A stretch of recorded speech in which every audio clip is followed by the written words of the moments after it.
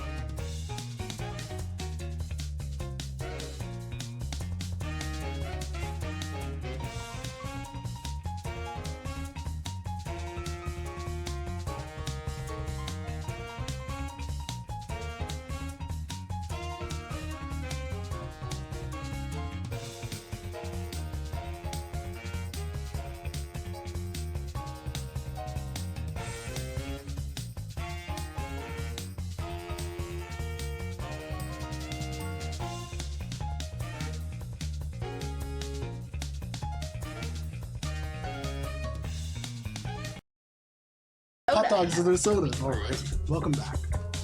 Mosaic Team 5. Last we played, you began the last session leaving the remains of the mechanics garage in orbit around Garachi, and after finding clues that led you to a radio station perhaps deep within the drift, you expertly landed on the dark planet of Garachi, placing the director in low power mode with an ice pit underneath you.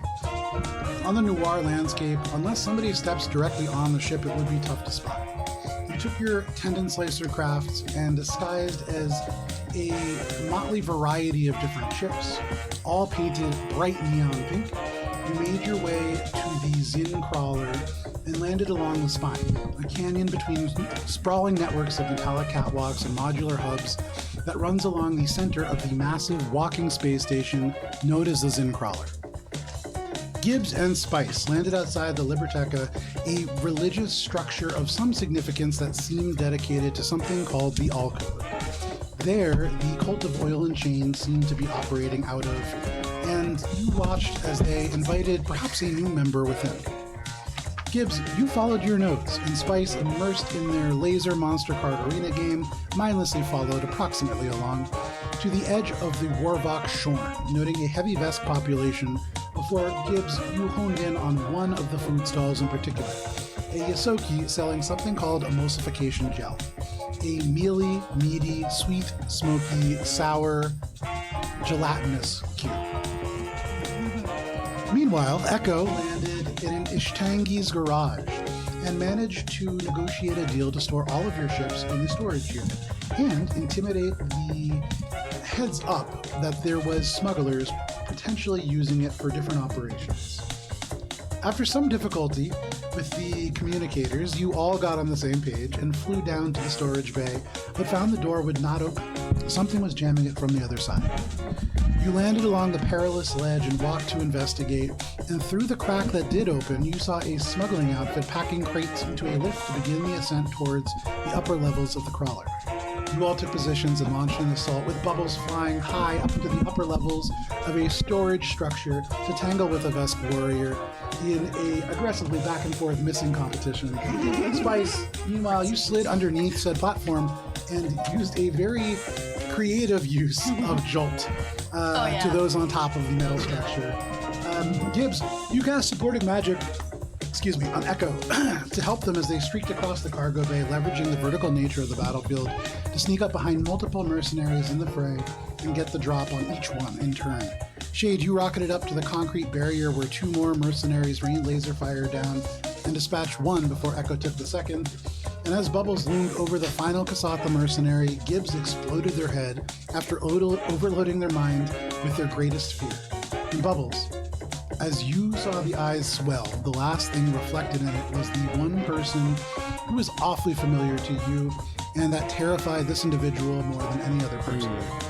William the Pleaser, the information broker that your group has run across several times. Echo perhaps a few more than others. And that is where we begin this evening.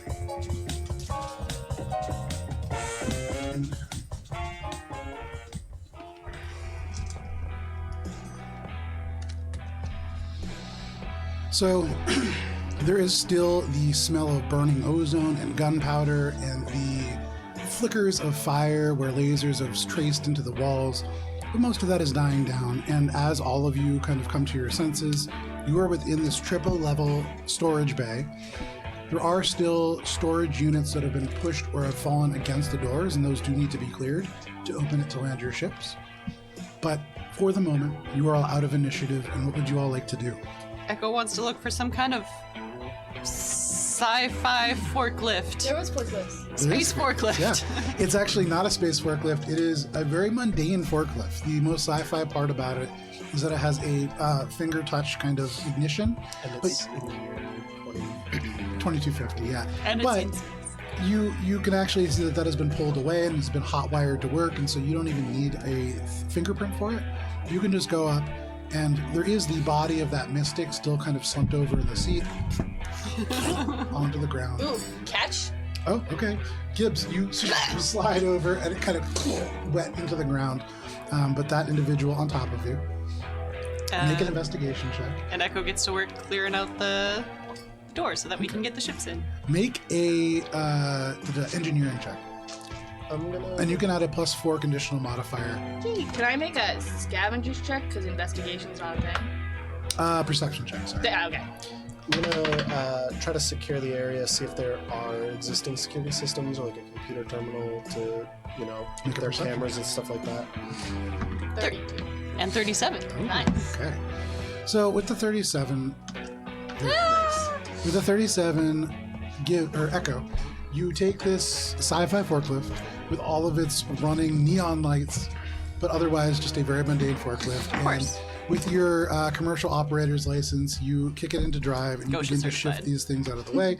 You look around and there are no Gosha postings here, but postings be damned, you're going to follow Gosha, and you make sure that you have balanced loads. You make sure that you always have the forklift level before you slide it out. You never disengage the park when you are not moving. It's like you really... The keys in.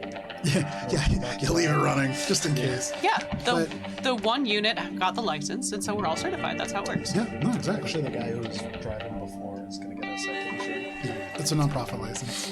But no worries, you get into this lift, hot-wired as it is, and you're able to move these crates one by one out of the way. While you're doing that, Gibbs, after the body of this mystic lands on you, you begin to go through their stuff. Just a second.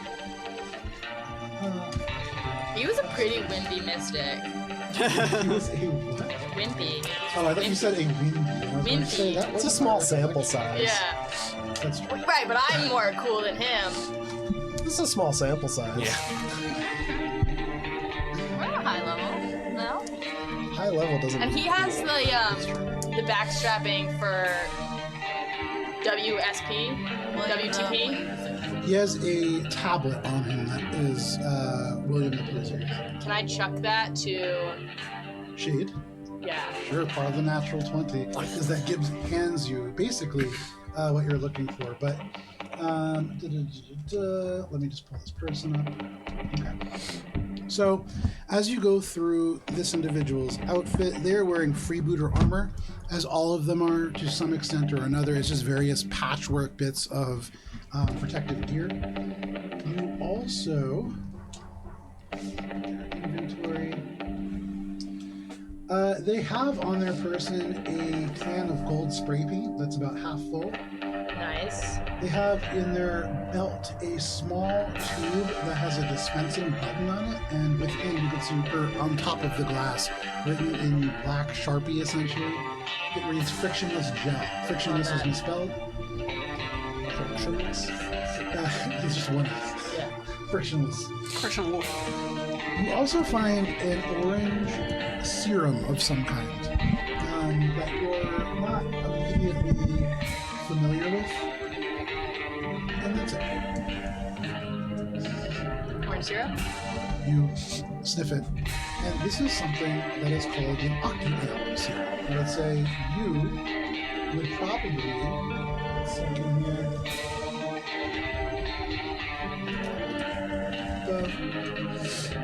so this is something that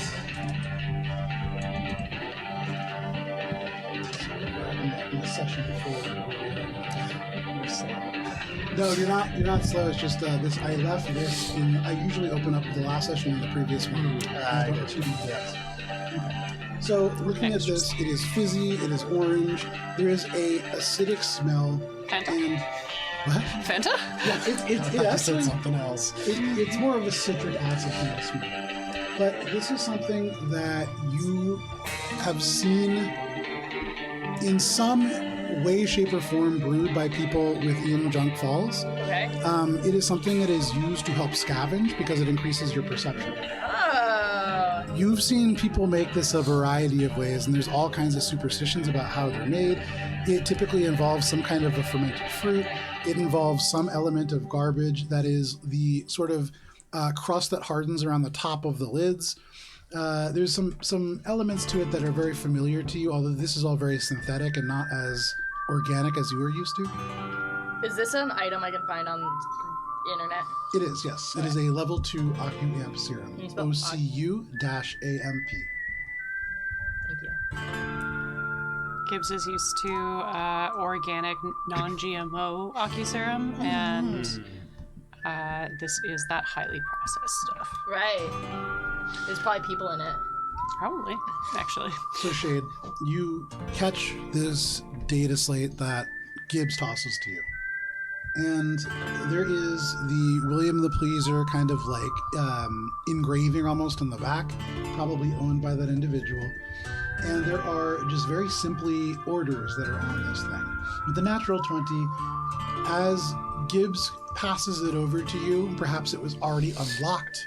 Perhaps Gibbs just happened to pull it past their hand as they did so. But you have no need to decrypt anything. It is just open.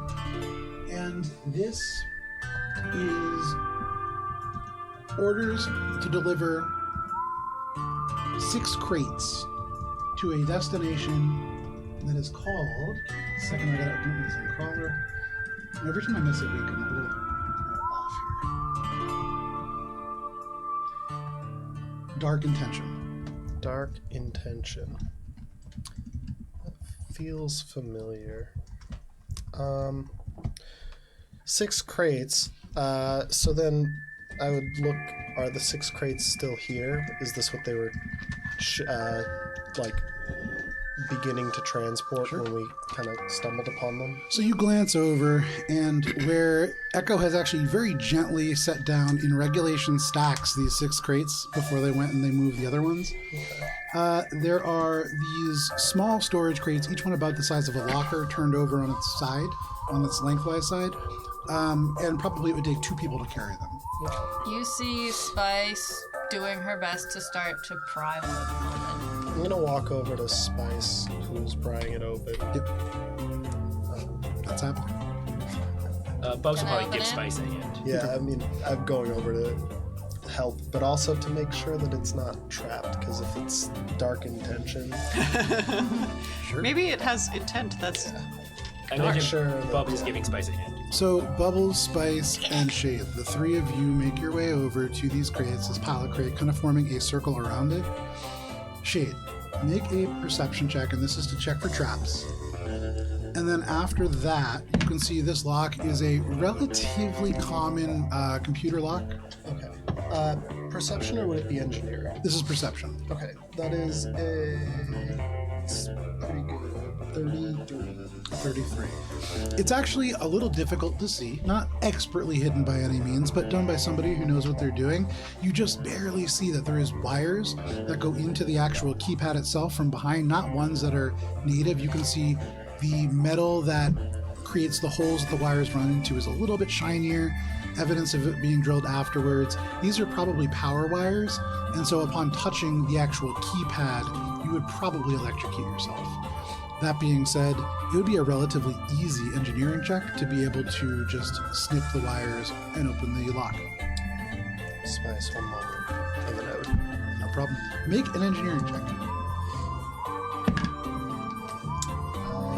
It's a 14 on the die, so I think it's like a 30. Yeah, it's like 35. As long as it's over a 15. Interestingly enough, as long as you're able to notice this, by connecting the power source to the lock itself, by disconnecting one, you disconnect the other, and they have inadvertently made it a little easier to pick. But no problem. You snip the power wire, and the keyframe just goes dead, and you hear the locks open up.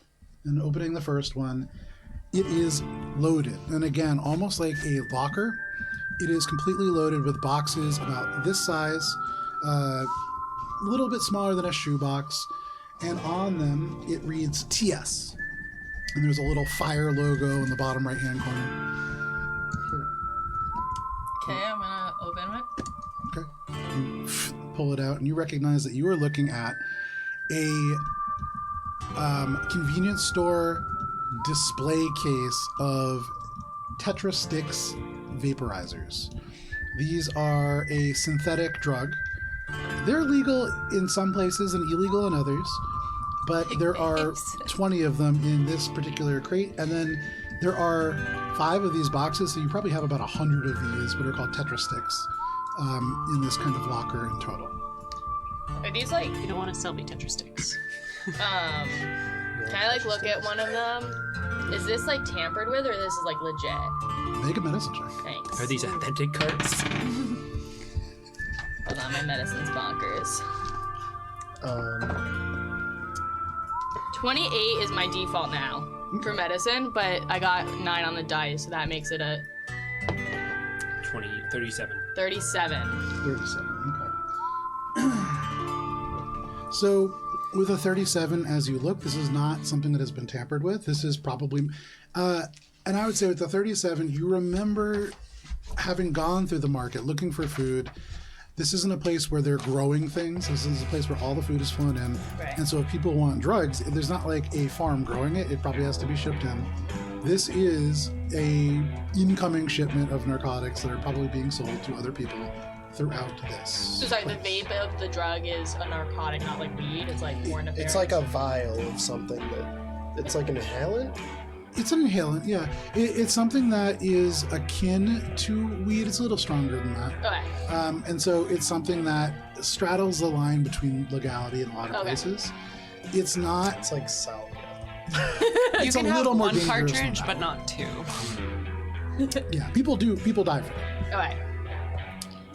Spice loads her pockets. Wait. This is a shipment for William the Pleaser. It's more valuable to us as a bargaining chip.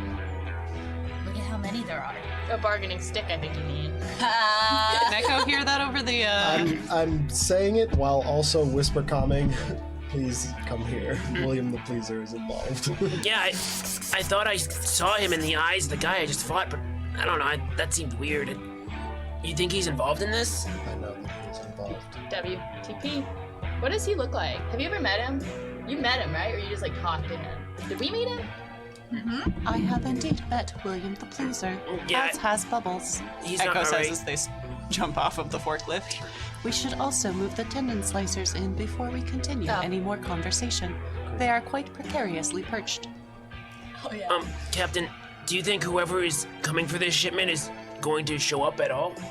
I believe that these were smugglers intending to distribute it to as a crowd. Something about Operation Dark Intention. Destination of these drugs. Does Echo know anything about Dark Intention? Of course, we're from here. Dark Intention. It's only in the Zin Crawler, anyways, the headquarters of the Carbon Cartel. It is, for all intents and purposes, a fortress that exists within a location known as the End. It is probably up there with the USR Speaker's office in terms of most secure locations in the galaxy. And that's on the Zing Crawler, or Correct. Okay. Just making sure. At the end. Now, this is not the Carbon Cartel's headquarters, but it is a It's French. stronghold of the Carbon Cartel for sure. So It's an embassy. William the Pleaser It's was more significant than an embassy. This is Like their New York. safe bunker. This is not their capital, but there is a tremendous amount of work that happens here. So, William the Pleaser was selling Tetra sticks to import for Dark Intentions Carbon Cartel. So, like, we fucked with both William the Pleaser and the Carbon Cartel in one fell swoop. Nice.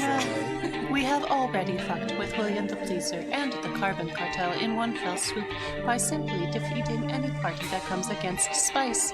So we are already in what is colloquially known as deep shit. Right, but the last time we did that, we were not on home turf, and we were trying to not announce our presence. We're just the away team All this the go more around. reason to hold on to these drugs as a bargaining chip. That will not suffice. I know. You got a good bargaining chip right here. That will also not suffice. Damn. The Carbon Cartel It does will not suffice. bargain. It will suffice. In the meantime, If they have determined that we have stolen from them or stand as an obstacle in any way, the only option is torturous death. We did kill their Goonies, too. it is also likely that they will be expecting this delivery, and given that we have stumbled upon it, they will not be getting it, so they will be coming to look. How much time do you think we have until they discover that the shipment's not coming in, Captain? I do not know. Does the tablet tell you the delivery time? Does it? No, just very simple instructions. It's a whole tablet that's used basically for a Word document. Wow. All the more reason that we should get our ships now and secure this area. So from Echo's made deliveries for William before. Yep. Can Echo does Echo get like a sense of like this is just like on your own time type thing? Get this to the Dark Intention, Make a or is sense it motive check. their immediate place? And take out +6 condition roll. This is just from kind of knowing. And all of the crates we've opened? Oh, Oh, no. you've just opened one. Oh, Oh, no. can I open? Echo's no clue, or maybe all the clues. Echo has all the clues. So, I mean, it could be going anywhere. There are so many places within the End, and Dark Intentions is a sprawling establishment Yeah. that has I at don't know least which 3 door bars within it. So, Yeah. I mean, yeah, it's hard to tell. But, So sorry, we opened one crate, but there was like weird crates in the crates or something, right? So great. Because like the people were like talking over a crate and like there was some conflict or something I remember, but like, can I open more crates? yeah, sure. So, you had seen Shade snip the wires on the other one before. You're going to do that? Green wire, Okay, you're Green going to wire. hear and check. green wire. I'm so mad at myself right now. 16 plus 5 is 21. So Gibbs, to expedite things a little bit, you just like a stapler go through these crates, and they all open without issue. You watch the power just shorts in one after the other. Rat see, rat do. Yeah. Click. Okay. You open up the first one, and you can see there are housed 5 shrapnel grenades, Mark 1. The pins are taped down to the explosives so that they don't get accidentally pulled away. If you pull away the second crate, there are 5 more of them. If you pull the third crate open, there are 5 frag grenades 2, which I believe are level 7. Wow. There's And 2 then of those? the last one is just almost entirely foam. It just looks like foam blocks. And so that's like kind of cool. You just like touch it because it's a nice feeling. And there's something hard within it. And so pulling that out, there is a single decimator disintegrator pistol. This is a dark black metal, and you can see along it there are these kind of green, almost what look like vials that are they look like welded into the body of the metal themselves. And when you shift it, I would say it doesn't not remind you of your own bottle. There are these little kind of green fluid that flows back and forth. And almost instantly, as you go and sniff it, there's no magic to it. But you get the sense that these little green vials power this disintegrator pistol to do whatever it is that it does. Forget the Tetris stick bargaining chips. Look at this cool ass gun I found. They're gonna desperately want this back. And there's at least 15 grenades. We need to get to our ships. Yeah, okay. I assumed you were parking while I was doing this, but There are 5 ships, Gibbs. You need to get one. yeah, I will. Do you not also have the core? You each have your own core. Yes. Oh. You Okay. cannot start the ship I take it without the off core. of a keychain that I've got on my bottle. So it's about this big, but I like the idea that it's attached to a little keychain that's Gibbs got a almost, purse. yeah, it like basically is a sticker on it. It's gonna ruin the tumbler. Yeah. Yeah. So you can all, one exposition later, move your ships. That's not hard to do. And now that Echo has cleared the door, it's even easier. I'll do so. Okay. Wait. Is Yeah. decimator disintegrator pistol, is that long arm, small arm? Small arms, it's a pistol. It's level 11. Grenades would be good for Spice with your extra movement. You could just free action drop them and then get out of there. Efficiency. Oh, You don't even I need didn't think proficiency. about that. You could just free action. Well, yeah, free action drop, but don't you still need proficiency? To What- use No. it. No, No. because the proficiency is to throw it. If you're dropping it, it's not going to scatter. If you cast your extra movement on yourself, you could go up to someone, activate them, free action drop, and then And move then out. run. Right, yeah, so she takes that's 15 actually grenades really good. and just like straps them around herself. That's actually pretty Like- good. I like that. Yeah, it's an interesting Or even if mechanical. you're just sniping and someone comes up to you, just drop and then move action, disengage. Thank you for guard that step, idea with and my haste run. circuit. Yeah. The only downside is that we just given Spice a bunch of grenades. Yeah, that is I want to dangerous. Yeah, I quietly am like, Yeah, I'll hand them out as you guys want. We'll I don't all need- go in I the don't need armory. We'll just I put am it the all in grenade. armory. I took one. Hey, I have one more thing that I want to give to you, Echo, that I found in my my person. Sometimes my pockets are real deep and I get So we lost in them. have gotten I give you a ships Mark now, right? 2 healing serum. Or sorry, a Mark 3 healing serum. Hold on. Let me tell you exactly the thing. I have a shit ton of healing serums, and then I realized I'm stupid to not give them out. I have a Mark 3 serum of healing at 68. Oh my So god. you can have that. And then Thank you. Also, while you're being handed a healing serum, Spice goes up to you and asks, "Do you still have the talisman that I gave you for your birthday? Yes. Can I see it?" And then as you pull it out, she touches it and you watch it vanish. And like, while we're here, it seems like it'll be good to keep that invisible. But you hold on to that. what's that? How'd you do that? Echo opens up the little compartment and puts I back can in. cast spells too, you know. Love that. I hand you a Mark 2 serum of healing. Okay. That's 3d8. We're just I exchanging gifts. also, but I can heal myself. Can you heal yourself 3d8? Exchanging of No. gifts. Yeah. It's like significant feeling. That's Yeah, what it is, and it's also like you don't have to wait for me to be near you. Right. So like, please take it. I wait for it. And then, your name's not Matt. It's Shade. Shade. We haven't played in a week. It's been like 2 weeks. I give you a guys. Mark 1 healing of serum of healing. Those work on me. Yeah. It's yeah, 1d8, yeah. All right, I'm out of hearing him ceilings. Fucking whatever. I'm done. Healing serums. Yeah. Sorry, Bubbles. That's okay. He never needs it. I know. Yeah. I ask all the What are you time. talking about? I take so much damage. Yet somehow. Okay. I don't really. Here, I'll give you this. Frictionless gel. That's try fun. Yeah, I already have one, so Okay. you can have one too. That way, the next time you're in hugs with someone, you can just like lube Next yourself time up. you're in hugs with someone. And for what it's worth, frictionless gel, it is designed to help people squeeze through tight spaces or get unstuck. I'm sure there are other uses for it. I'm sure we'll figure out something to fuck around with. I want to land the ships in such a way that is similar to how the cave was protected when we found them. Okay. So that if we do get attacked by someone coming for this shipment, we can kind of have a defensive point. So there are in the- 3 decks. Do you want to have them pointing out and then you Out want towards- 3 so- on 2 different decks? I guess what I want to do is I want to make sure that there aren't any other entryways besides this main hangar door. As you're going around through and you go up to the 3rd level, there is another entrance. Okay. You can see it is a bulkhead that at one time probably was meant to allow for more formal deliveries, as it's sized for roughly the crates that Echo had moved. In a time past, it had been welded shut, but you can see at several different times people have opened and then re-welded it shut, and so the entire bulkhead at this point is it's almost bruised. It's just blue and yellow and all of these sort of case hardening that comes with the repeated heating and cooling. Yeah, there's definitely another door.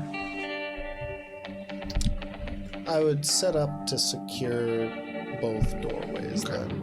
So on the 3rd platform, you point the ships towards the actual ship itself, or towards the crawler, and on the lower platform, you point them out towards the exit. And so that way you have kind of ships facing in both directions. And you don't have to back out if we have to make an excuse. Exactly, escape. yeah. Except for the people on top. Yeah. So no problem. You do that. What else are you guys doing? At this point, you have a base of operations from which to work, and so the Zin crawler is really stretched out in front of you. I would go down to Echo. I imagine it's a pretty small space, so we're all kind of around, right? Yeah. And I would ask, when would you expect that they would learn of this missing ship?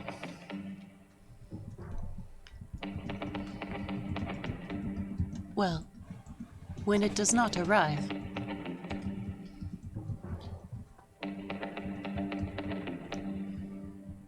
You don't have to worry about it. I just saw that you're biased in one direction. Thanks, Dan. Not you, Dan. Dan is. So we don't know when they'll know, but I'm gonna start dragging bodies and boxes, now empty boxes, out the Zen crawler to like yeet them off. Because if they come here and there's bodies and boxes, like, and our ships, I mean, that paints a pretty compelling story. What if the shipment got lost elsewhere in its journey? If there are dead bodies, we should pile them up outside. I think we should take William the Pleaser Send a jackets. message? No, someone from the Bloodwalk will be by to collect them. The captain. They eat people here. They eat people here. All the more Okay. reason to be cautious. Gibbs, that's like, nobody reacts to that in the way that you're expecting. You say that, Bodies are and gonna everybody be just kind of... eaten? Wow, that's a good way to recycle. No, it's not. I don't want to judge other cultures, Gibbs. I mean, it's not my place. Gibbs, there has been a 180 in the way that the crew looks at some of these food practices, apparently, because you've been shamed for eating old food out of the garbage, yet here, people are eating It's like my whole family died of starvation. We never once ate people, and then I show up here. They're like, "Oh yeah, we could have solved this problem. Just eat each other." Gibbs, Keeps did you hot. try the emulsification No, gel? I poured it out. I bought some, and then I got rid of it. It is not delicious. You eat people. Not intentionally. I purchased some cheap foodstuffs because I could not find a place that vended the yellow nutrition cubes. Gibbs, I am made from dead people. That's not true. You're like more like a zombie. We lied, aren't you? Aren't you one person? Spices starts sweating as we like get onto racial uncomfortable territory. So, Captain, I have to. Gibbs, can you come over here, please? I need your help. so Captain, if we had to make like an estimate of how long we think they will discover this place, how long would you give it? I would expect a day at most. Okay, noted. So are you throwing the bodies out? Wait, I wanna get one of their jackets first. I want Okay. one of their William the Pleaser jackets. Can I cast Grave Words on one? Sure. I'll do the Mystic. Maybe he'll be helpful. He was wimpy in life. Maybe helpful. As really. we're doing this, No, go for it. no. Have to find another They can demon do it. I was just to loot bodies, but I don't need to. You want to loot bodies? What is the We've percentage? already looted bodies. I 20? don't need to. 20. I only looted the Mystic. It's Okay. fine. I don't care. So you go over to the Kasatha Mystic. Like, the way that they died, their whole head had exploded, so I'm not sure If you need a mouth. I need a mouth. I go over you to. blew it up. Yeah, okay, sorry. I go over to non-blown up head. Okay. I go to Hug Guy. Sure. You go over to the vest that Bubbles was engaged in a very violent hug with Yeah. for several rounds. And cast Engraved Words, the head, the neck that had kind of broken with the hammer blow, just snaps back, and the eyes open up, and they're already kind of milky and white behind the pupil. But out of this vest, you can just hear, "Hi."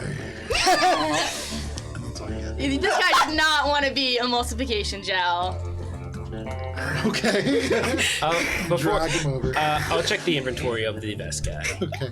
Since you spoke. Make a perception check. I love that. Okay.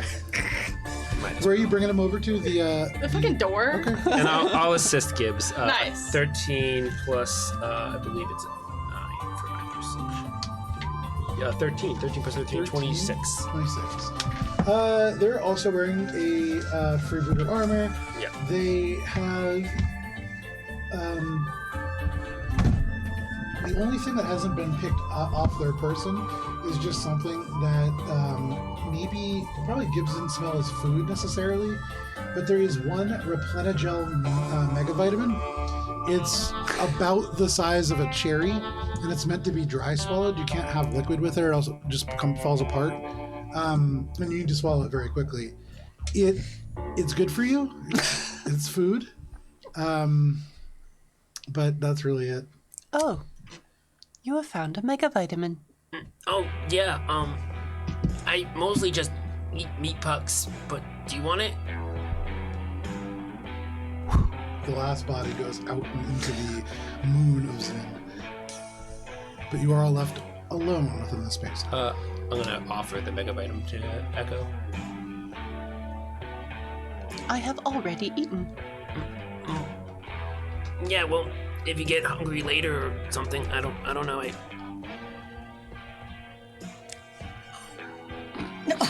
Okay. Are you eating it now? Okay. This is all of your food needs for the next 24 hours. Nice. You regain a hit point. Nice. And I didn't realize it was a thing. I think I am going to be sick. it's It's because you had breakfast this morning. it's 3 meals worth of food essentially. Nice. So yeah, I mean you feel denser than you did before. Anything else? Echo is going to look for these supposed security cameras. Okay.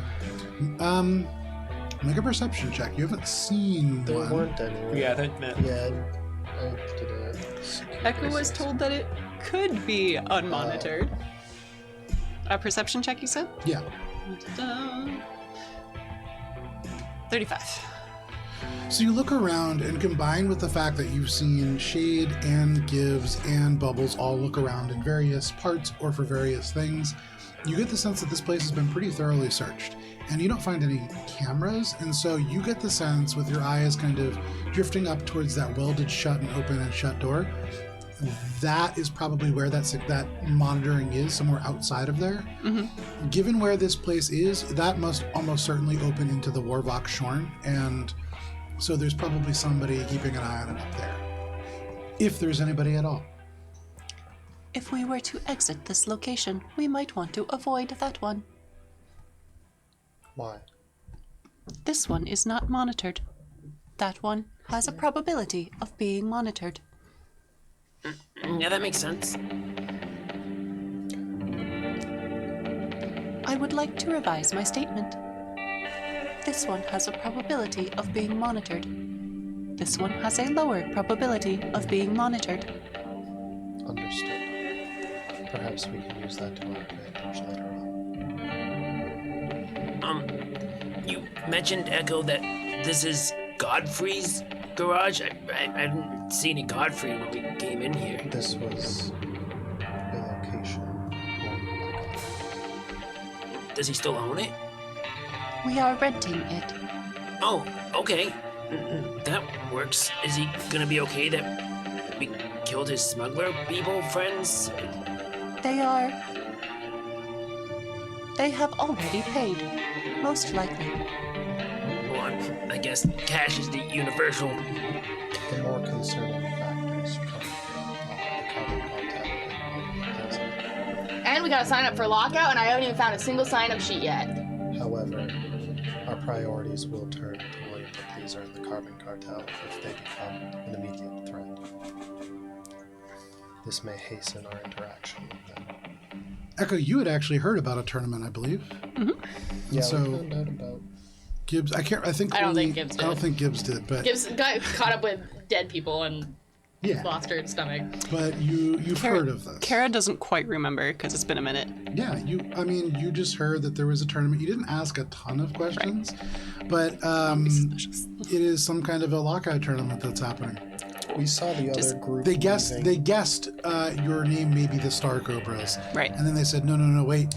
Dreadlight Collective. Mm-hmm. And so those might be two lockout teams, but you didn't ask any other questions.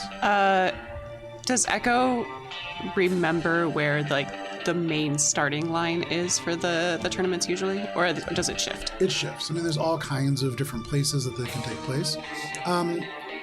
You do know that if this is something that is like one of the larger illegal lockout events, there's only really two places that you can sign up. Those two places are both bars. One of them is located in Warvoxshorn. It's called the Shipyard of Sin. And there is somebody there who should be able to help you out. The other place is a little bit less accessible for most people because it's within the net. And that is a bar that is called the Bar at the End of Everything.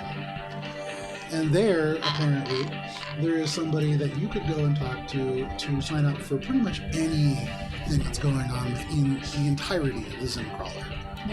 Well, there is a potential that we would be able to sign up at the Shipyard of Sin. However, if it is a very exclusive lockout tournament, we would have better luck at the bar at the end of everything. We also happen to have an entry ticket. Isn't that a carbon cartel place? It is. All right. There are a lot of Carbon Cartel places on the Zim Crawler. Of course there is. You think that guy, the general guy, you think he knew it when he sent us here? Whoa, what was his name? Admiral Wu. Yeah. Whoa. Well, Probably, I but he keep probably saying- thought we could 100% handle it. right. I trust him. All right. Okay, so we're gonna go find a sign-up sheet. It depends which one. All right. I think Shipyard of Sin's closer, right? And probably safer. I mean, relative. But However, if it is not where we would sign up for lockout, it would be a bit strange if we were to start asking there. We would seem as if we do not know what we are doing. so We we gotta need to ask ask somebody. somebody else. No. We go to the bar at the end of the world. Why? The bar at the world. The bar at the end of everything. Bar at the end of You are thinking of the restaurant at the end of the world, which is a different establishment. Well, I think I might actually have a contact we could contact about signing up for lockout. on the Zim Crawler. Yeah, Bubs got the contact of the drunk dwarf who gave Bubs the correct name of Harvey Kent when we were on the train. Snake's not train. Bubs is gonna try to have Spice with him when he makes this call. Let me pull up. Why? Cause you weren't there with me when this conversation happened. I remember, yeah, he was the Harvey drunk one, Kent is right? Hardcore Henry. Yes. That's where Bubs found out the name. Oh, really? Yes. I've said this before multiple times. Yeah. Oh, okay. Uh-oh. It was one of those like things that happened on the train, and we were all like, "Oh wow!" Yeah. And then snakes happened. Yeah, snakes. Always snakes. Mantis lady, Katie did Queen happened. And Yeah, there's a lot. life happened. So wait, so who took Yeah. the dissemination pistol? You still did? have it. Yeah, do you Does want? anyone Sure. I have if you're a giving shitty it pistol, away. but I usually use the gravity gun. So Let me Google it. And my please. Echo does the most damage with small I arms. don't need a small arms. I can take a look things at you it. don't need, just put in As the armory. as Joe's looking up, Bubs is probably gonna be like kind of like talking to Spice and being like, Wait, like, I think he liked you better, so, like, maybe you could, like, take the lead on Oh this? shit! I totally forget who this is. What did I say to him Oh, last time? well, you were, like, talking to him, and, like, I didn't like to talk to him because he was, like, kind of drunk, and he, like, seemed kind of weird, but, like, he liked you, and, like, he was talking about, like, how he had all these contacts on the Zen crawler, and he, like, was a mechanic, and, like, honestly, I feel like, honestly, if there was anyone who could, like, make a, play to get some information from him, it'd be you. Okay, I'll give it a go. Remember, maintain What? your false identities. Oh, yeah, you were, you Given were the still fact Valentine. That they were still inebriated, it should be easy. But do not use your real names. And And we met him on the train, right? yeah. Okay, that's how I'll get him to remember who we are. Because you were drift punk. Yes, of course. Your favorite false identity. Yes. Drift punk. I don't know Remember if me, Miss I don't know if he Valentine? got off the train before or after that because we did go to the casino, so I don't know if he got off. I think he did get off. You don't know. No, wasn't he there all the way to the I don't remember. You I feel like see- he you was did because see didn't he in him. the Yeah. planter? Wasn't he in Yeah. our ship when he? I have no idea. No, it was an older person that Yeah, did it's that. the old Yeah. guy. This individual was Glarl Starhammer. That was the individual. Alright. And so you can give him a call. Yeah, no problem. For me, roll a D100. Ooh, do you need a D100? Because admittedly, I actually didn't plot out where he went, and so there's a pretty good chance that he's here. What? That's 3? No, I think it's a that's, 3. That's that's a 3. Okay. It's a 3? Yeah. Okay. Oh, You boo. call, Cell phone rings in Wait. the vent above us. Yeah.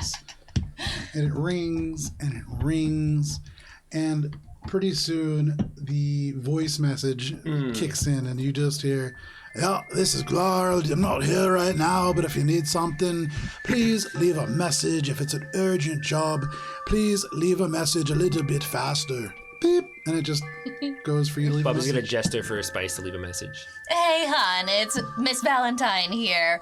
We met on the train. Do you remember? I am a part of Drift Punk, me and my boyfriend. Anyway, we're here on the Zen Crawler, hoping you know something about Lockout. If you could bring me back, that would be great. Bye, hon. Okay, you leave that message, you hang up, and we'll see what happens with that. He's gonna call us like 2 weeks later. Hey, I was on a rager. It's going to be the just session checked my where messages. it's going to be the campaign's just finished. We're answering all the questions. and I'm going to press the communicator button. It'll be him calling back. Is this Miss Valentine? Okay, so that plan didn't work. It was a good one though. Yeah, that was Okay. some recall. The place is closer. The Carbon Cartelli place is closer, and all we need to do is just slip in, write our name on a sheet, slip out. That is assuming that this lockout tournament is being advertised there. It's a bar. Can't we just drink there for a while? And the Carbon Cartel one is not closer. For what it's worth, you guys are underneath Warvox Shorn, and so the Shipyard of Sin is probably no more than like 20 minutes in any direction from where you are. It could even literally be opening up underneath it. Because you're somewhere very close in that vicinity. Yeah, I think maybe we could check out the local one and maybe get a feel of, like, the lay of the land. That would work. Can we get there on foot, or do we have to bring a lockout ship to get us back to topside to get to the Shipyard of Sin? So based on what Echo and what Shade have reported, Yeah. there are 2 ways in and 2 ways out. You Yeah. can go in through the bulkhead, which is how you flew out, or you could go up where there is a regular kind of delivery door. You would need some way of opening the metal to get through. But then we're also like punching holes in our like safety net. And so there's a place where people have done this before. This is a place where people people lock it and then don't come back. Echo would so know someone else has to come and unlock it. that for smugglers and thieves, walls are just doors that haven't been opened yet. And so, like, there's very little difference between a door and a drywall to somebody who is really motivated. And so they're using this like a door. They saw it open, they go through, they solder it back shut. And in fact, I would say, did you guys pass that on to Bubbles?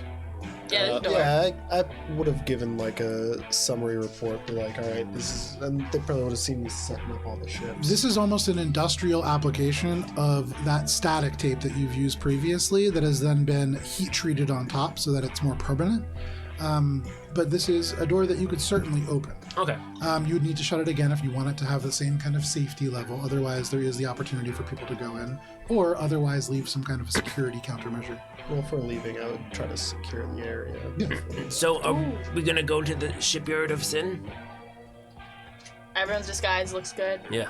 Well, Guys pristine. are, you guys are in your disguises. Remember, we are a lockout team. Do not speak to anyone unless they confront you, and then say as little as possible. Only try to listen for information. Do not engage people here willy-nilly. That will get you killed.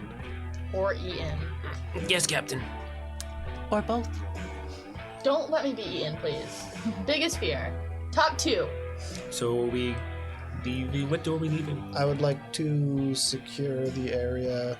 Is there a way that we can shut and lock the main hangar door?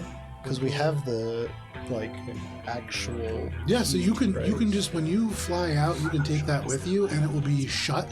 It's essentially a garage, clicker for you guys now. Could I take 2 of the grenades that we just got and make some makeshift,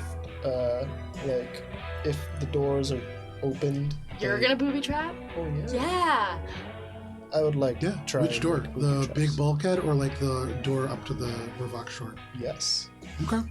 Make an engineering check. Both the of DC them? is a little higher because you're doing Both. twice.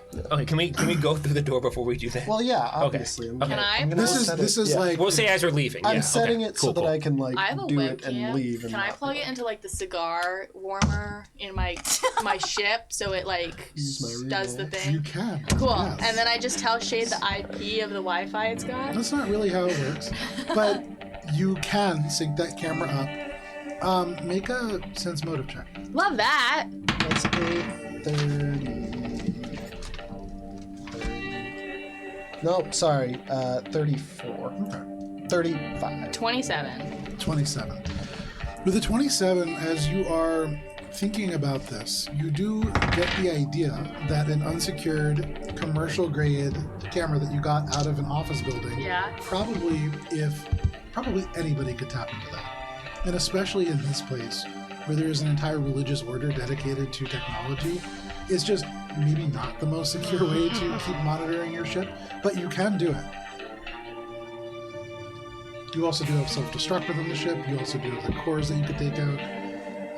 But Shade, as you see Gibbs kind of pondering this, you set about taking 2 grenades for each of these doors and setting them up in such a way so that should the doors open, they will drop where the seam is created, and it will really channel the explosion out almost in like a Venturi effect.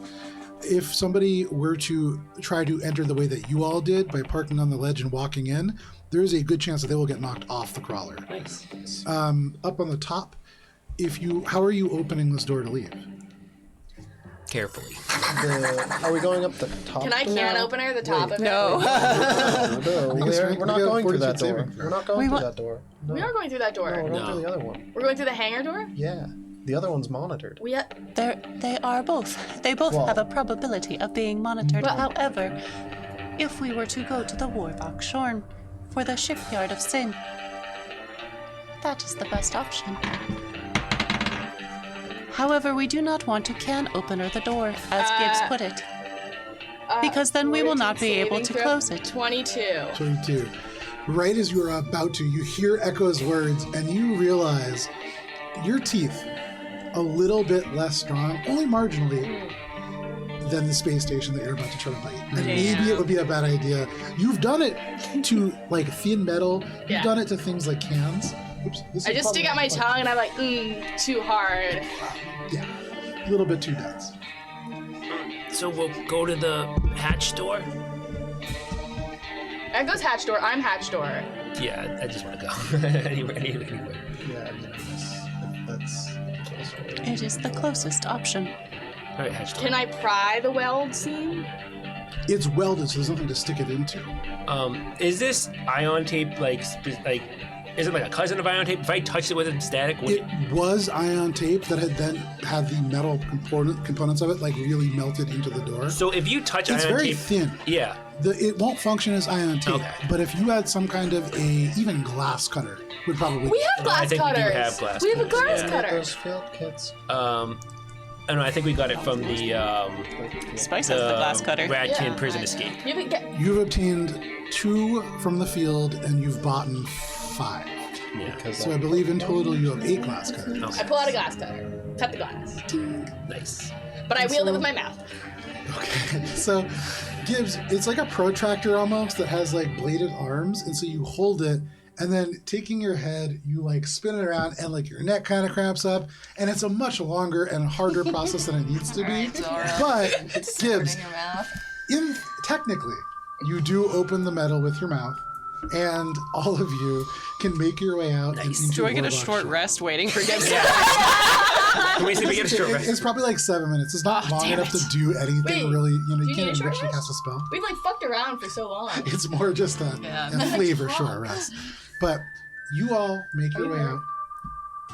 I am not hurt. I am merely bruised. How hurt? How Bruised. I am bruised. Fine. I am purple. Describe this area, Joe. I really want to see Warnock show. I'm very excited for it. So this whole area, as you kind of emerge, let me change the music just a little bit. Just a little bit. Do we see any monitoring on our way out? Warlock Or just be Shoal. making an assessment as we go? Sure. I also lost it. Warlock Shorm. Warvox Shorn. So Warvox Shorn is spelled WARVOX space SHORN. And that means in Vesk, the Shame Den. Oh shit. So this is a place, and as you kind of emerge, it is darker here, much darker than other parts of the station. You had been to the edge of this area, and actually, Gibbs and Spice, I believe the two of you had sighted elements of this road before.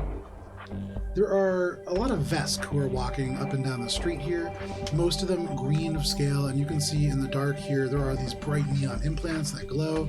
You can see there is what looks like a dragon bearing swords for fangs that just like walks by on one of their biceps.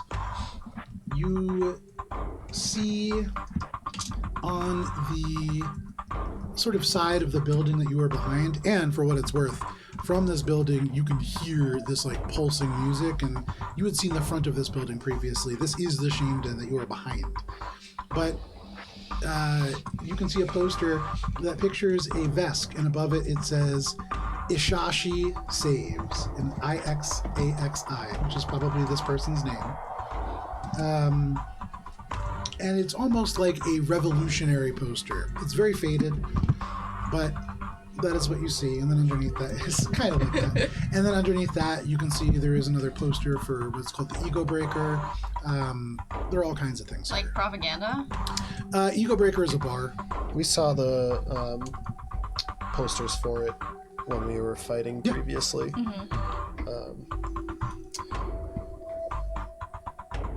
Okay. So from here we would, because we were at the Shipyard of Sin. Oh, sorry, I Yeah. couldn't remember who had been there. Yeah. Yeah, we You we guys were would over have been there. Yeah. So this is right abutting the section where Warvox Shore meets the spine. Okay. So you guys can see, like, right on the edge of these places, you would be then... Oh, interesting. Okay. So this is like a street or like a village? Well, we're in like a hangar still, kind of. Not like a a hangar, but district. it's like a big, Yeah, and so interior district. you are behind right now. Well, would a visual perspective... Yes, of course it would! Thanks, Dan. It's a little larger, so... Oh shit. You guys are actually not coming out where I thought you were. You thought we were gonna go on top. We pulled the old switcheroo on you. You'll see on this map that I'm not going to read it from out here. Did you want us to go right and we turned left? What a shock. I mean, you cut through a wall to get here. You thought a wall was gonna stop us when you described this wall. A wall is just a door that hasn't been opened yet. Yeah, that was a cool description. So. Damn, is this all Dan made? Some of it is, yes. This. Heck yeah, Dan. Yeah, no, they are. Very nice. Ooh, is this the metallic filament? Looks Nice. No, Joe painted over it. It is nice. Okay, so this is the building that you're looking at right now, and you are all right here. Nice. Oh, shit. Nice. And so you're hearing music kind of pulsing through the metal walls here. So, pull up. We are Come on back the camera wrong here. side. How would one get to this side to get to the entrance that we came So out? you Perhaps can the either appropriate walk, entrance. Oh, so it's like goes along this way. yeah. And so like there's a street that runs along here, and there's more buildings. So you guys are right here where there's a little poster behind, and on the other side where my DM screen is, you would be seeing a big neon sign that reads Ajwan Ves, and this is a bright green neon that is the only thing really providing any light within this alleyway.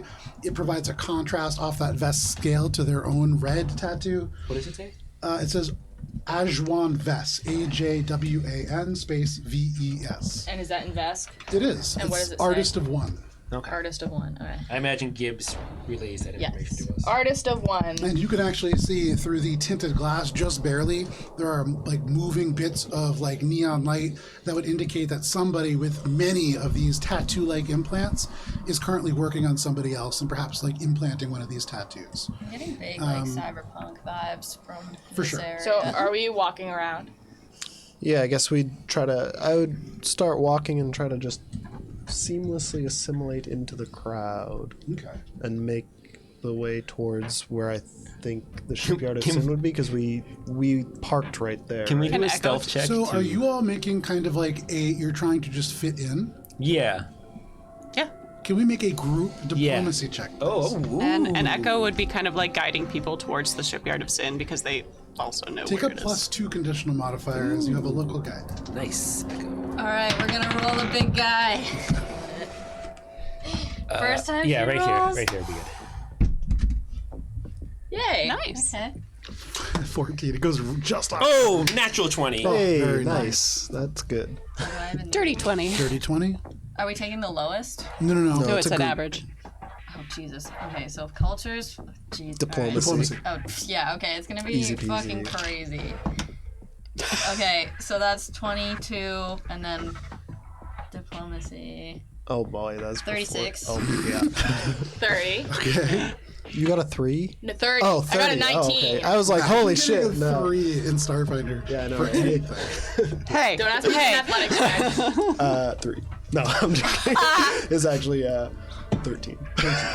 Oh yikes. Still not great. Dan? Natural 20. Natural 20. Right. Yeah. Thank you. Outstanding. We did so good.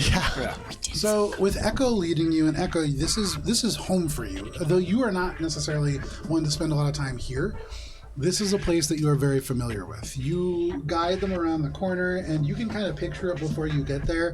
You know that as you go around the corner, there is a building out there that is called the Veskar Vigardax, which is the Vesk Virtual Arena. It is a older like hub that's been set up to. It's a little bit. It's interesting. It's for Vesk similar to what the game that you all spent some time in was like, except it's. I mean, It's like Call of Duty extra toxic. Dark Souls, but arena. yeah. There's these kinetic vests that deal lightning damage to you. Like Shit. it's pretty. It's pretty hardcore. And they say, get good, noob. Yeah. But in Vesk, so it's like, just like that. So as you round the corner, you can see, sure enough, that building's still very much in function. You can see that there is what looks like some kind of a general repair shop that is probably mechanically run or robotically run in the center. And then there are a few little food stalls kind of scattered around. As you round the corner, there is an individual kind of getting out of the sort of like a luxury sports car, essentially a hover car. This whole place is 3 miles, and they sell an asshole with a sports car. Oh yeah, and there's more than one. I mean, you see one that's very fancy, but you've heard a few here and there. Most of them used for transporting goods as opposed to people. This one you see only 2 people get out of, and this is very much more wealthy people. And they're talking with the people at the door. But the main entrance is around the corner, and where that queue is kind of set up.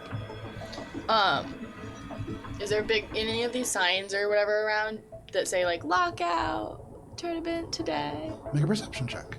I'm not gonna use my binoculars because that'd be weird to do right now. But Echo, you guide everybody through. You kind of Following Echo. use your elbows to 23. keep both Spice and Gibbs on track. With a 23, you look around, and as you walk around this circular building, you're walking past a huge variety of people too. There are Vesk, but here closer to the Shipyard of Sin, you can see there are Drow. You can see there are you see at the bar actually a Wayoko. You see a lot of Vesk. You see a sort of humanoid that is formed of angular clusters of crystal that is sitting at the bar, but primarily Vesk. And then Gibbs, on that circular building on the backside, Oh, big old poster. you see a poster. And you can see it on Instagram when we put it up there, but there is a poster. I like tug your little jumpsuit, and then I'm like. And this is on like a little, very thin digital slate, and you can see like these icons, very vaguely animated. Somebody has done this. It's a pretty rough job. None of it is like artistic work. It is just elements pulled together. But it seems to be the various teams that exist within this lockout tournament. And interestingly, there is only one open spot. Actually, that's the white ghost. Beep. You tap it. Can I open up the MS Paint? You tap it, and MS Paint doesn't open, but a little context menu does. And it says, let's see here. Here on session. If this is the sign up, this would be so much easier than sneaking into the It would be right. carbon cartel. Oh, that sounds like it's not. Context menu is like username and password. Like fuck. I mean. Speak to Magarjatha Okay. in the Shipyard of Sin, or speak to. One second here.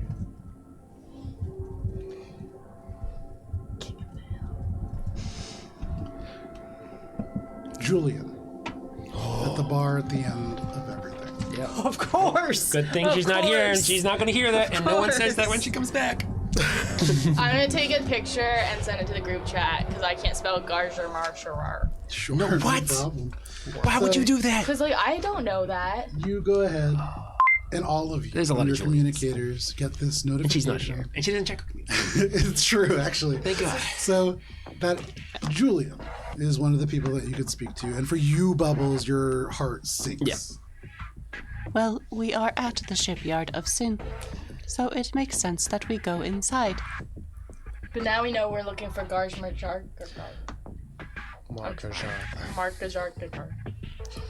You'll I say would it. refrain from using their name. I agree. I'm trying my hardest. Let's go. So you walk over to the door. Does Echo know Does generally that what name this ring a person? bell to anyone? Yeah. Anybody who wants To can make a Echo. culture check, but for you, Echo, since you're from here, yeah. Magarjatha is a Vesk bartender at the Shipyard of Sin. Oh, cool. They are a bartender. It shouldn't be hard to talk to them. Well, Will they recognize you? Echo just like gestures to the fact that they're in a disguise. But your eyes are just a blue. there are many androids with different colored eyes. Okay. Maybe it's just because I love you so much you're just shining through. But we're good.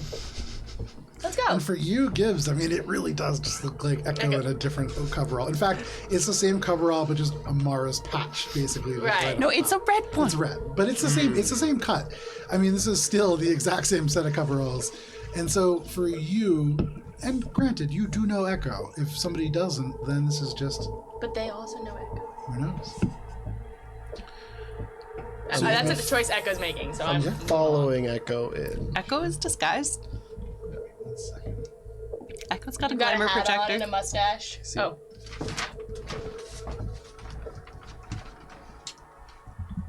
Okay. So,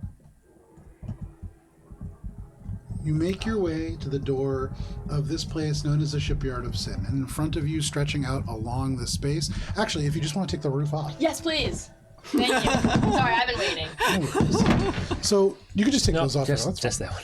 So, you enter this place, and doing so, you can see there's a stage with lights and this kind of digital confetti that is holographically projected. And so in this space with smoke and vapor kind of drifting up from the tables, it gets a little bit caught up. And so less little holographic confetti and more just like a laser show across smoke. But you can see the effect that's supposed to be there. There are a few people here, but as it is... roughly about 6 p.m. It's not a huge crowd yet. There are folks here. And at this kind of front bar area, Echo, you do not see that vest. You see instead... Give me 1 second. Sin. You see a human who you may have spoken to before named Gordon. They're just a guy who works here as a bartender. And they do not have any known affiliations to the Carbon Cartel. But at the moment, they're at this bar. You do know there is at least one more bar back here. That is usually a little bit more private, and people will usually, as groups, spend time there. There are some slot machines. There are a couple other things located there. And then the dancers kind of and staff place is that building in the very back. Echo goes over to Gordon and says, Hello. Okay. Is the back bar available?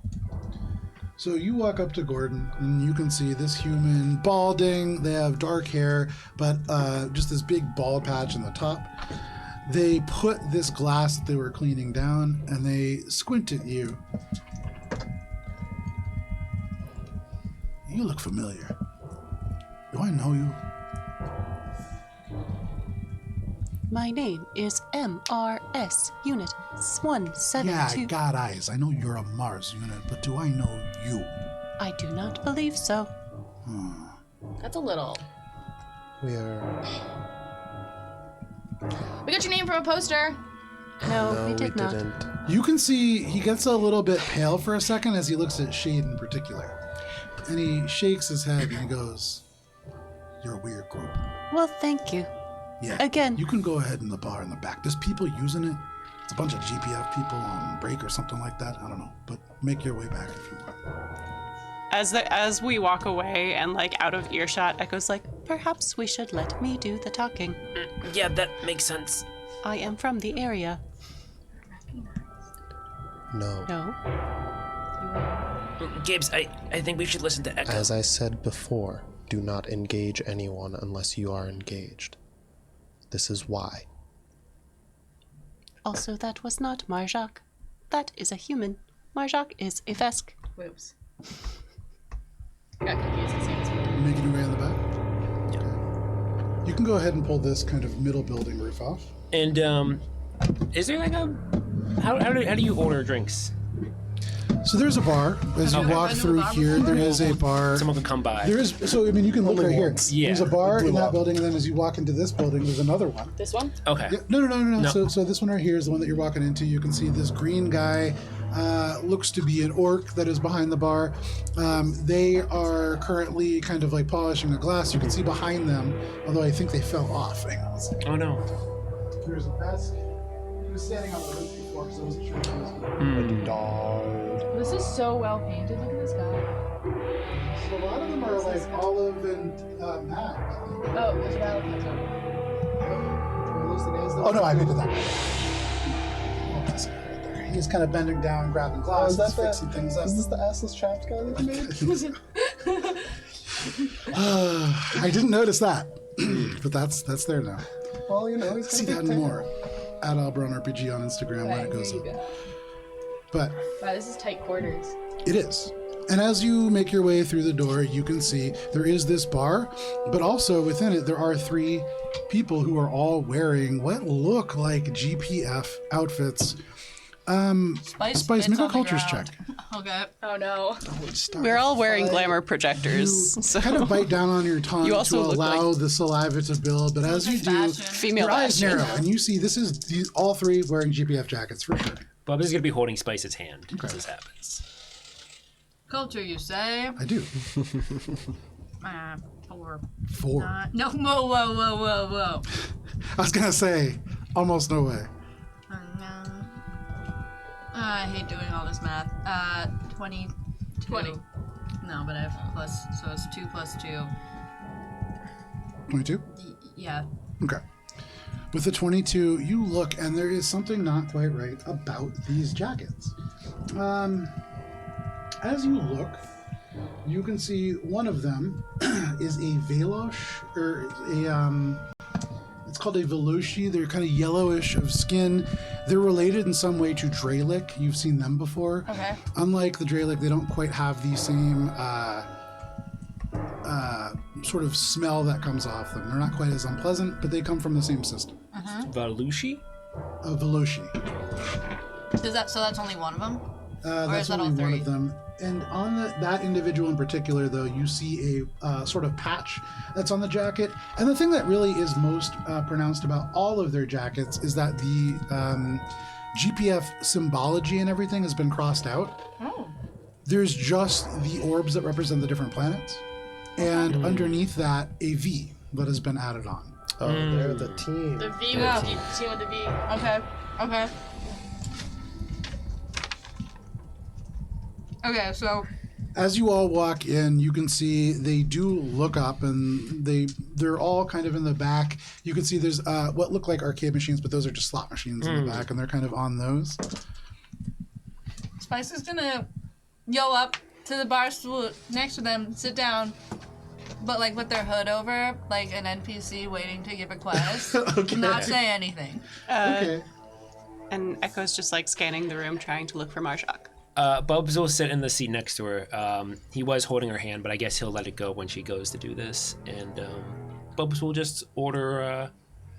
He'll just do the universal sign for the attention of the bartender. Yes. Okay. And again, you haven't been to many bars. In fact, your first drink ever was session 1. So awkwardly, still a little bit, you kind of raise your hand up, but no problem. The orc is about to go over, and then the Vesk stands all the way up, and they're probably about a foot taller than the orc.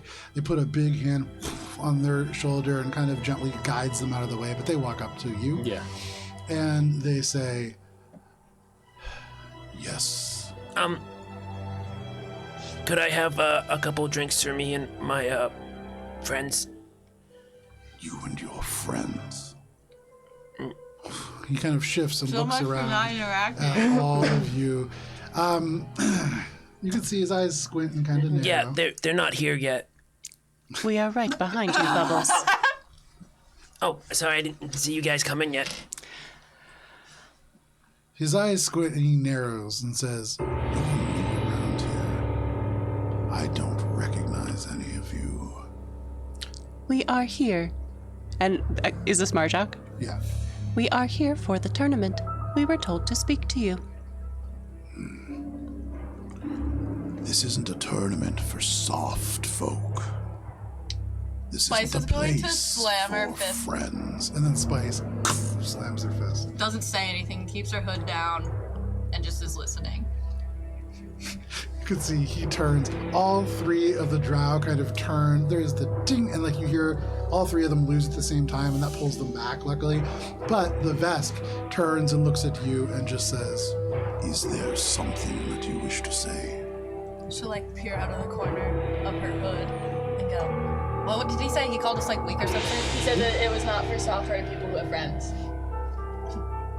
We're team workers, she says. Get it right. Make an intimidation check. Take a -6 conditional modifier. Is it? You know what? Take a -4 conditional modifier. Okay. It's not. Remember when Echo said that Okay, I they rolled should be the a one to four. start everything? Remember that time? Yeah, -4. I just wanted to Oh, order drinks. plus That's all I 11. wanted to do. Oh, right, yeah. Okay, so. Oh my bar. god, so 19. 15. Yeah, 15. 15. Yeah, not gonna be good. No matter, it's not like bad, basically a though. 4. Drinks It's at not a bar. bad.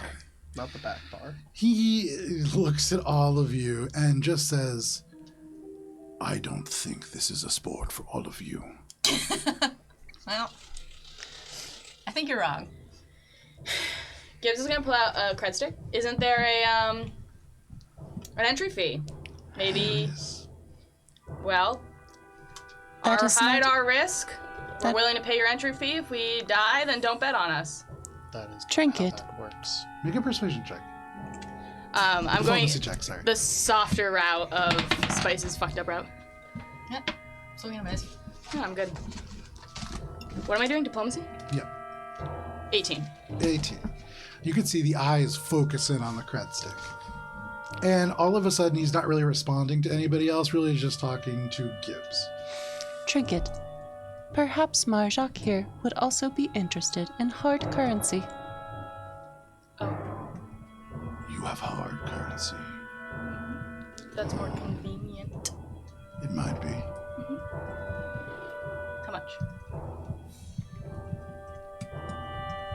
He leans in and he gestures for you to lean in even closer. Echo's gonna try and listen in. I make Make my a- breath make a really stealth check. smelly. Okay. You want to make Echo Doesn't make a seem to bother him. Okay. Doesn't bother me either. That's a 38 for Echo. So from the camera, it's the Vesk leans in, Gibbs leans in, and then out of focus, way in the back, you see just the blue eyes of Echo as they lean in as well. And you can definitely hear this whole conversation. But he says, Are you sure you want to waste your time on these folks? Your people have a good team. They might win. They might survive, at least. Yeah. These guys give me more than survival. They give me glory. I'll hedge my bets. You can hedge yours. Make a diplomacy check. Take a -4 conditional modifier. Glory. Natural 20! Okay, he bought it. The power of friendship! Yuffie. He kind of snorts and he just says, Glory is something that's in short supply around here, I suppose. Very well. 500 of your hard credits. And Echo kind of slides their eyes over to look at the V team to see if they heard and if they reacted to the entry fee. Make a sense motive check. That is an 18. An 18. You look over and you can see all three of them now are hunched around the left console out of the three. You can see both of their hands on one of their shoulders. They seem to be the person who is like winning. And so they're kind of invested in this game. You get the sense that the reason the Vesk leaned down to talk to Gibbs, one, because he was insulting all of you, but two, this is something that he's actively keeping Gibbs at least out of trouble. But he looks kind of back and expectantly. Echo moves forward and quickly out of the case produces 500 in the hard credit currency. Okay. From across the room. Make a diplomacy check. Diplomacy? Yeah. Not cool. This is a free diplomacy check. Okay. It's Echo. No consequences, though. It's 19. 19. Free doesn't mean no consequences. It just means free. You pass over the Need to currency, fuck up and plans. his eyebrows go up a little bit, and he says, "You should start holding on to that. Could be useful in time."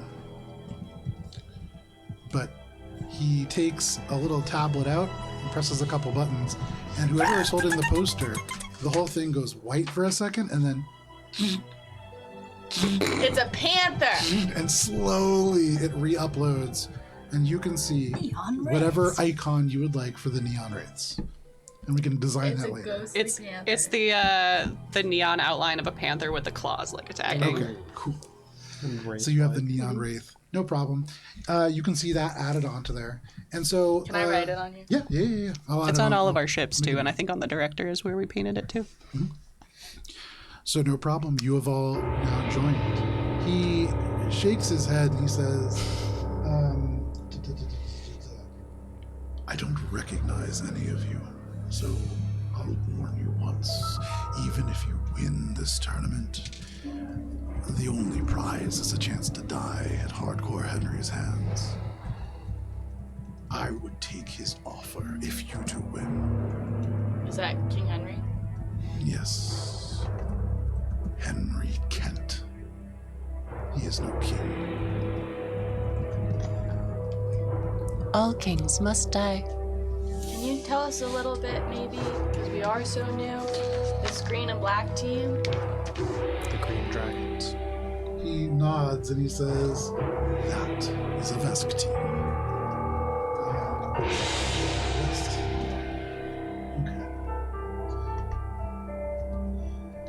Okay. Wait, actually, here, can you pass me? Oh, yeah, sorry. It's the Green Dragon. Okay. So that is actually the top rope turbos. Nice. And he would say, not one of the better teams. Oh, no, the sorry. Green Dragon one. That's top that we're rope playing. turbo. Oh, sorry, Yeah. the green The dragon. one we're fighting next. Yeah, that First. is the best ones. And he would say very simply, that is the Vesk. That is the best team. And pray that you do not get sorted against them. So that's not the That's not bracket. sorted. No, this is like a rough, this is just kind of like this was Promotional. basically the promotional thing. Gotcha. And so you imagine there will be something where like, they all start flipping around and everything. Right. There'll be like a whole display. of bracket. this. You had seen a display in some previous place that was something kind of fancy, and you would imagine there's something similar here. But he turns and just says, they are using Vesk fighters from the war that have been highly modified. They're quite good.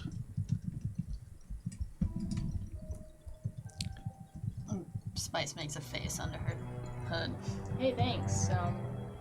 Maybe a beer for the road, and when's our first game? I believe the tournament starts in 4 days. Oh, Goes back and begins to pull drinks. oh. Spice is going to nudge Bubbles, because Bubbles is next to her, and be like, so, the V team is right next to us. Do we want to start cheating now or cheat later? No, babe. I thought we agreed that, we weren't gonna cheat on, games anymore. I kind of... You agreed on that. That was for you. That was not for me. Babe, what if I promise, 2 cheatings in the future if we just don't do this one cheating now? It's the marshmallow theory. Oh man, it's like It's just Spice more empathetic than a 3-year-old. the Vesk Nico, returns Bub- with 4 glasses. Can Bub do a diplomacy check? You won't. Against mine, there's no way. You Echo can't. leans down and puts their head in between these two and says, "It is an illegal lockout tournament. Cheating is expected." Yeah, so we've got another fucking team right next to us. We can either convince them into helping us win, or we can fucking kill them right now. There are many things we can do with this team next to us. I'm just worried, babe. Can I? So, okay, prize is death, right? Yeah, sure. Is there anything? What? Why is prize death? What does the flyer say about? Prize is as good as death. Yeah. It's because you get a chance to race against Hardcore Henry, and the guy is saying that he's good enough that he's just gonna kill you. Oh. And I mean, Does that sound right? yeah. Cool. And based on what he's seen from Bubbles and from Spice, who did not do a good attempt of intimidation, Right. he probably doesn't have a ton of faith in your guys' abilities as a collective. Fair. And since you just paid him 500 credits, he's saying, hey, just so you know, Right. probably gonna die. Bubs You is may not want to do that. And that was a very gentle kind of nudge in that direction. Do all the teams die?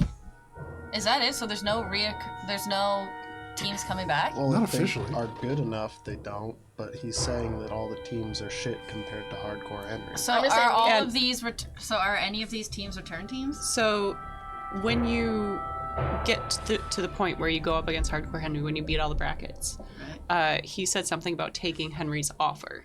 So Henry's going to make an offer to the winning team of the bracket, or you race against Henry, in which case Henry kills you most likely because he's the best. Right. So only the people that didn't take the offer come back? So No, it's like vice versa. People who Wait, my question is, are any of these returning teams? And the so answer is the no. we don't. teams might be like returning, but like the fighters We're and getting flyers might lost in not. the But we don't know. reeds here. Yeah. Okay. We'll find out when I we want to play. find somebody who's played before. The Vesk returns, bringing 4 glasses and 1 empty one. 2 of the glasses have this drink that looks almost like oil, and he puts those in front of Shade and in front of Echo. I'm standing at the door. Okay, 'cause I so just haven't putting really one in done front of Echo anything. then. I'm doing other things. Wait, of the 4 that I was glasses, who going doesn't to get a wait glass? for. So 3 glasses then. Oh. 1 is going to Echo. This has soul oil in it. This is a drink that is toxic to those who are not mechanical or android in nature. It has a synthetic element, and as you drink it, it shifts from black to almost like a rust orange. It is really for androids. The other glasses have a sort of moonshine in them that has a slight pink tinge to it. This is called Heartbreak. There's a bottle that says Heartbreak written on it in Sharpie. And they pour you 2 glasses of that. The empty one he puts in front of Spice. And he says, I don't know what you are. Spice doesn't answer. She just like glares at him. It's a heartbreaker. She'd love heartbreak. He reaches Heartbreak back oil? and No, pulls Heartbreak, out the pink drink. moonshine and like just moonshine dumps it in. or Yeah. soul oil, which is what I got. And he closes it. He turns around, puts it back on the shelf, and he just says, anything else you need help with before I get back to my job? Is there a place we can find the route for the tournament? It depends on the round, but it's random assortment. It's any of the fields, really. Last year... Yeah, 1 second here. There's just names though. So not super cool. Last year, it was the ice fields, which were jagged crystalline structures formed from a nitroglycerin leak, highly explosive, very dangerous. There is also the Garachi atmosphere, which does have difficulties with atmospheric drag. Each of these places is difficult for a different reason. Thank you. I want to like simmer in this bar a little. We're with another team. And Marjak, like, is it? He turns back around and says, yes. Who do you have your money on? If you feel like saying. I think the Yosokis have a good chance. Interesting. What kind of guns do they have? Make a diplomacy check. Is the captain of the Bloodwalk team still the same? The Bloodwalk team is the Yosoki team. Yeah. the You said Flying that last Fang game. is the The Isogi captain. team. The captain's fact, name is Bloodwalk. Echo's tipping hand a little bit to show that they do know something. Okay, so for the diplomacy, it's 23 plus 16, 39. 1639 is the score that I heard. But 39, with the 39, he kind of squints and he says, well, junk cannons, of course. It's Yosokis. Favorite. Now, the junk that they use is different. They Tell me about it, modify in please. some way. Tell me what? Tell me. He kind of backs away from Gibbs a little bit and says, calm yourself, Yosoki. The last time I heard about their junk cannons, they were using emulsification gel. No, that's not true. That's a rumor that you heard. They use junk that has been infused with some kind of magic.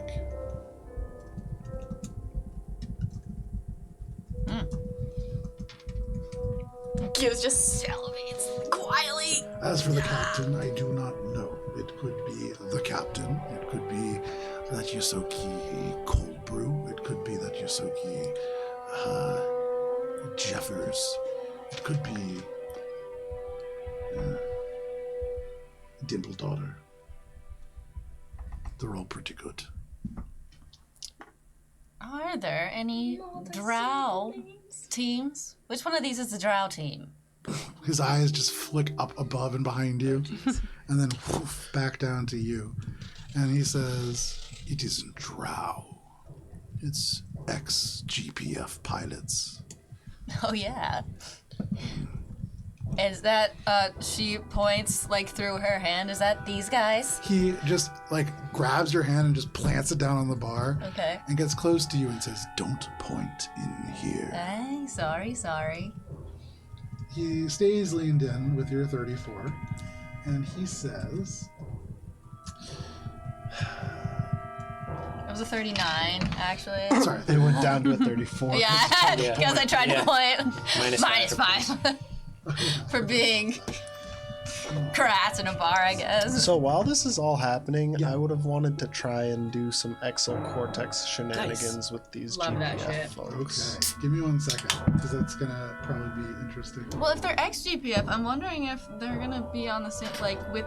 They're on the V team. Right, but if they're ex-GPF, that doesn't mean they're my enemy. Well, they He are, looks because at we're you and determined he against says, "That is Jalonen's team.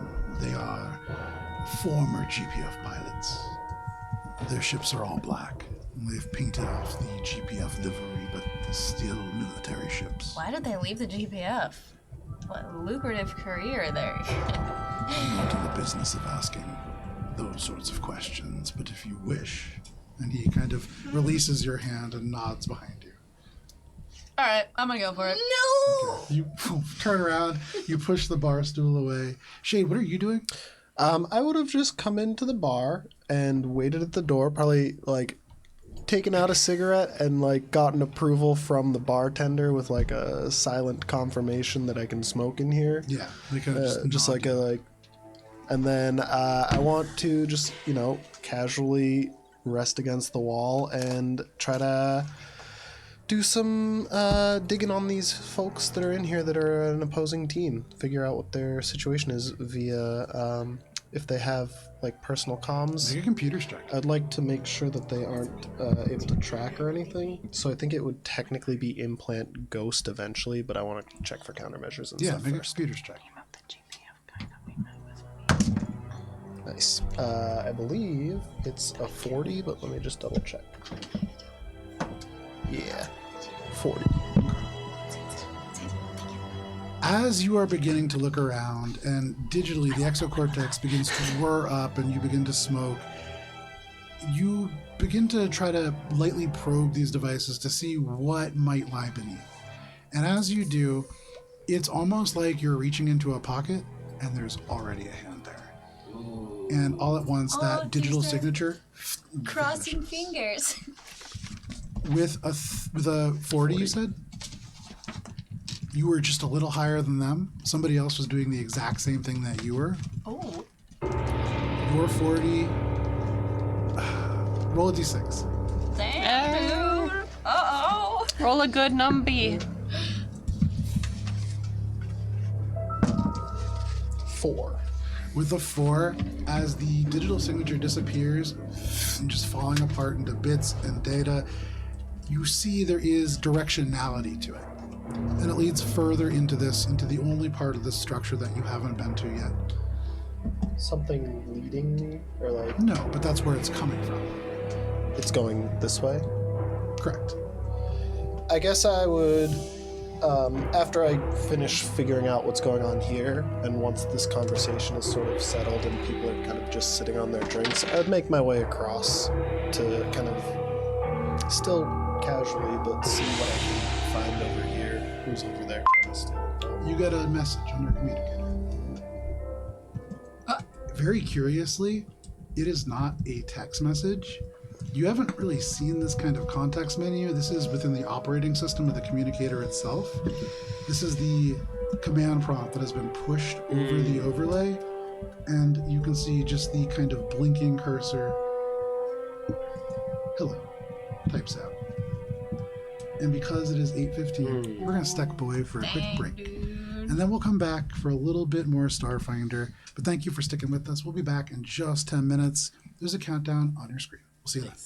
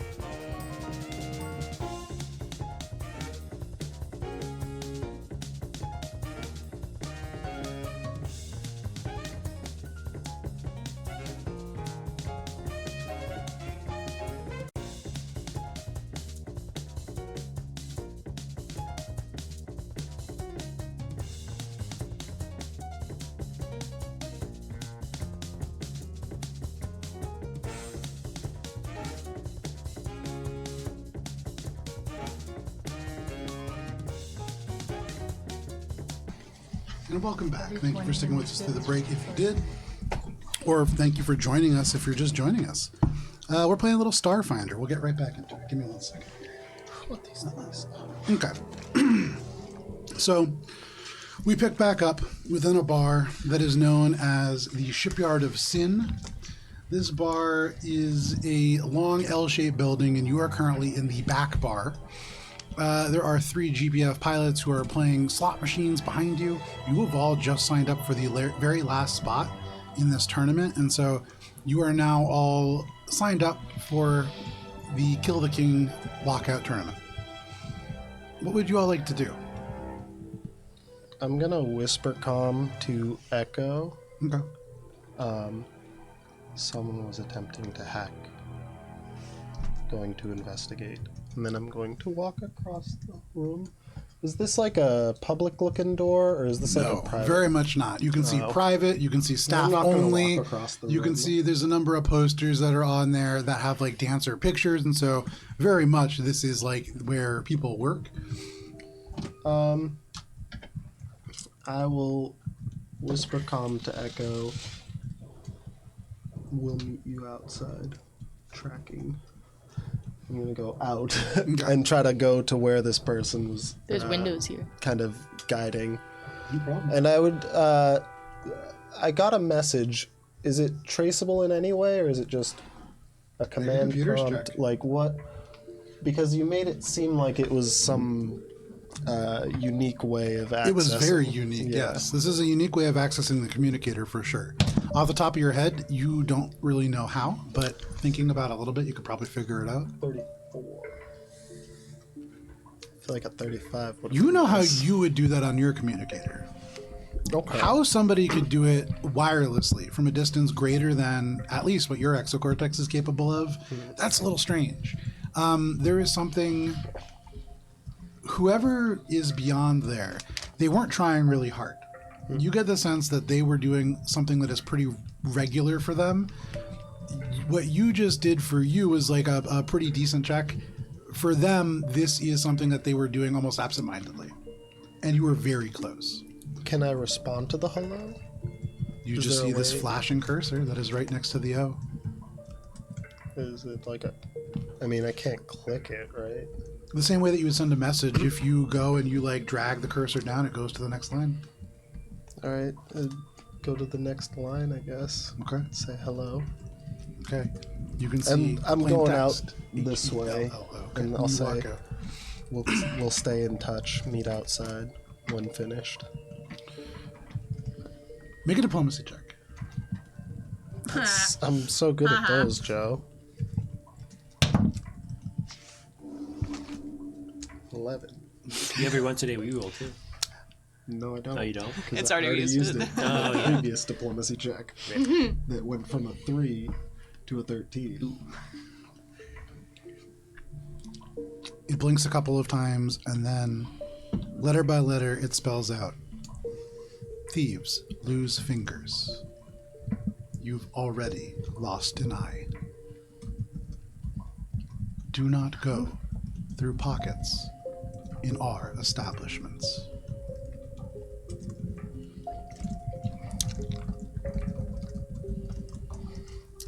I apologize. That's what you say? Yes. The cursor blinks and blinks and blinks. And that is all. Echo kind of turns their head towards Spice and like leans down closer. It appears as if their captain is not with them.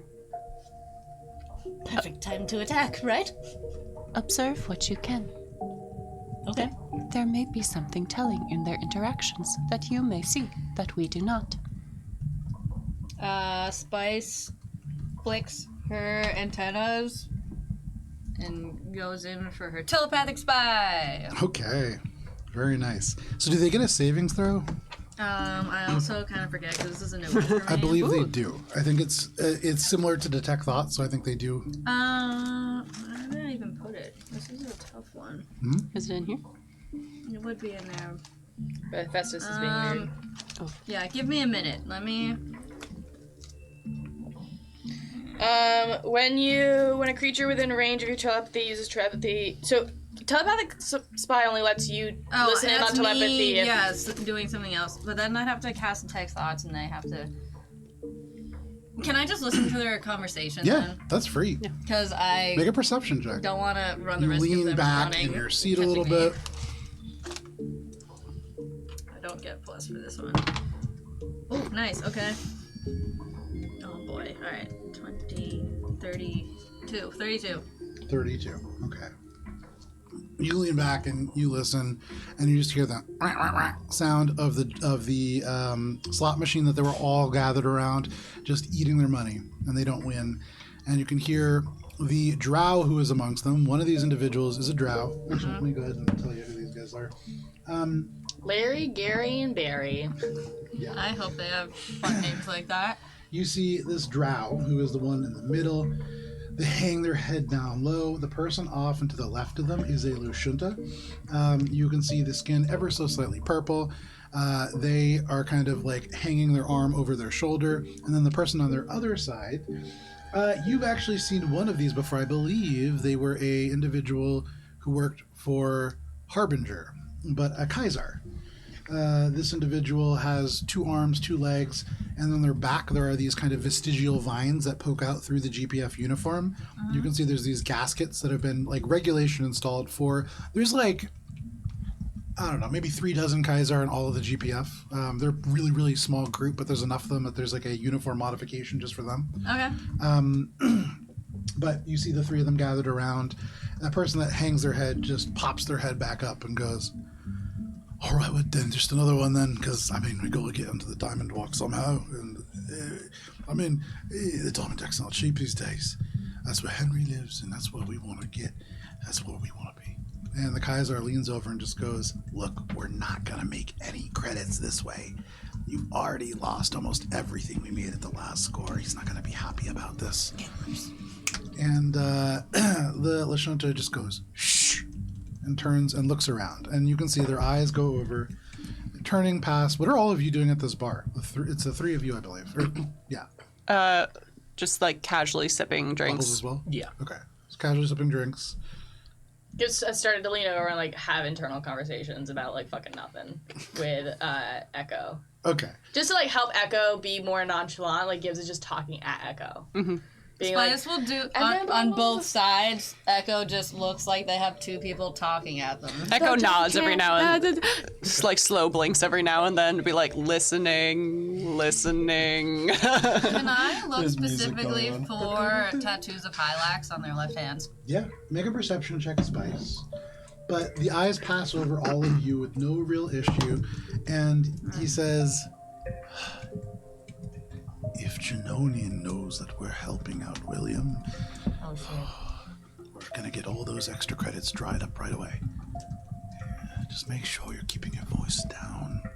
And they huddle in a little closer, and they get a little quieter. You need to get closer to hear more. Okay. Echo. Should I start reading thoughts or what? It's up to you. flick an ear. Probably around this time, I'm outside just smoking and like waiting at the door now, but I would whisper calm to Echo, been noticed, waiting outside. Echo kind of drains their glass and like looks at the rest of the group and says, I think I will take a walk for the night.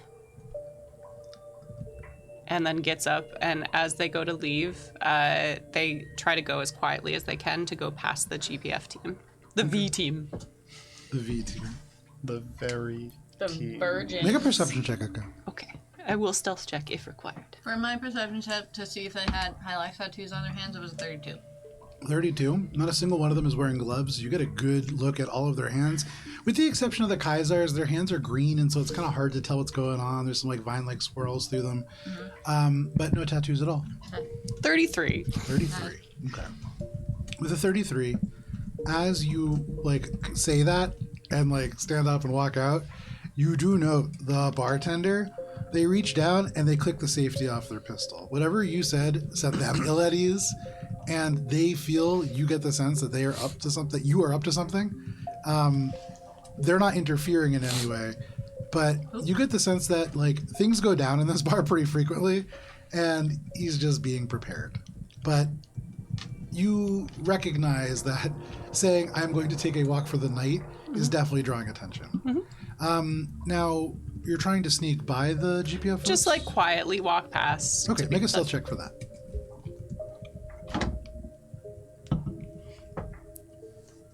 $31. Okay. I'm just saying the timing is just, we gotta wait until after, and then we can just do whatever we want. We can just take the diamond deck. He looks back around and he looks almost directly at you, and his eyes go straight past you, and it is bittersweet. You get the sense that like in this brief moment you were kind of part of scenery for him, and he just looks straight by. But glances over and really looks mostly at like Gibbs and at Spice rather than anybody else in here, and then leans back over, and even quieter this time, he just says, after all, there's going to be a lot of dead people there, so we can just take an empty one. And you can hear just giggles from all around, and all of you hear the laughter. But you're the only one who hears it. Try it again. And they pull the arm down on his machine. Would Echo know what they mean by take an empty one at the diamond deck? It's like living quarters, like luxury living quarters here, right? Not just living quarters, it's like compounds. This is where all of the It's carbon like a cartel... gated community, but like for the carbon cartel. It is several gated... So if this is some local lore here. In Newton, there's a place called... Local politics. There's a place that is called, Oak Hill Park. And that is where there are several very influential families who have their own walled little compounds. Yeah. And security lighting and people in dark So suits. It's that. Okay. And, But on the Zen Crawler. On the Zen Crawler, this is a place where all the Carbon Cartel high-level folks kind of make their point. This is where, in fact, Hardcore Henry lives. This is where many of those people who are more prominent members of the Zen under society would live. It's expensive. It's also very hard to get into those places. There is no empty ones. Right. Echo makes a mental note of that and kind of like gives a little like wave to Gordon as they walk out the bar. Okay. Like a thanks done. Okay. Just kind of nods. Goes back to just watching people, like filtering it a little bit more now. It's getting closer to 7, and there are a few folks who are coming in from the most recent line of people who wash into the sort of incoming area along the spine. But Shade, you are out here. As Echo makes their way out, what are you guys doing? I'm just kind of keeping a passive eye on the people around, thinking about who could have been the one to contact, like the proprietor of this establishment, someone in their employ, based on what they said, right? I mean, just keeping a passive eye. You don't see anybody who is like, you know... I'm thinking about this as I wait no for worries. the So rest you of the wait. team. Are the rest of you leaving at any point, or is there anything else you want to do? On her way out, Spice is going to flick the Lashunta GPF a cred stick for like another round of whatever game that they're playing. Okay. How much is it?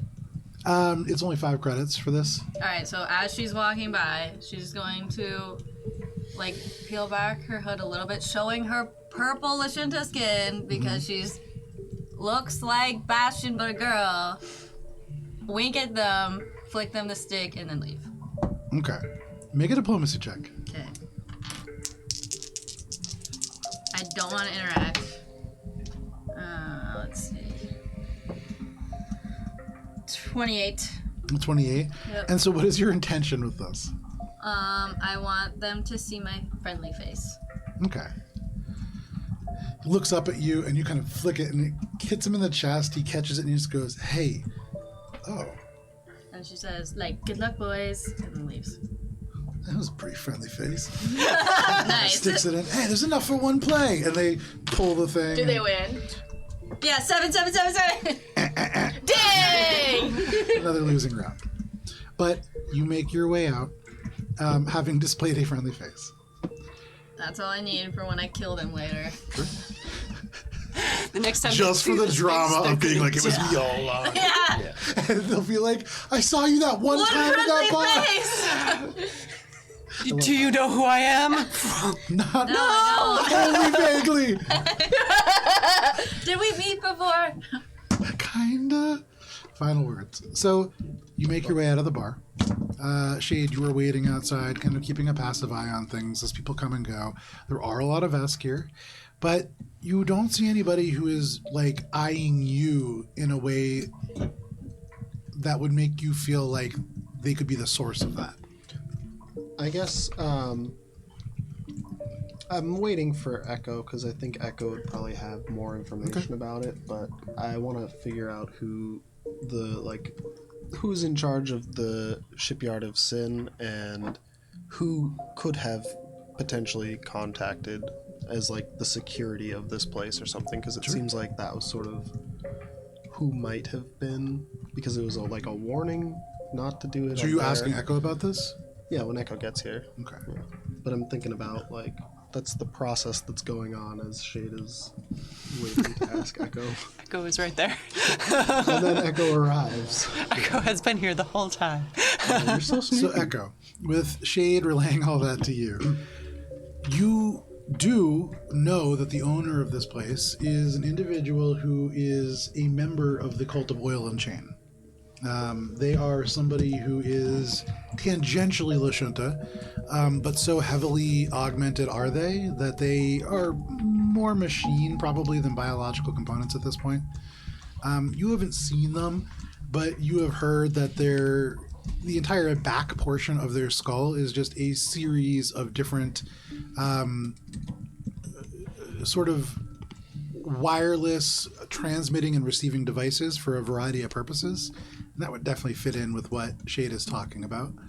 You don't know much about them, but the Cult of Oil and Chain to say that they're proficient in technology is definitely underselling them. It's something that they would be able to do. Are they like this associated with the All Code religion, or is it this? Yeah. So Okay. when they speak of the All Code, I would make a cultures check or a religion check, I suppose.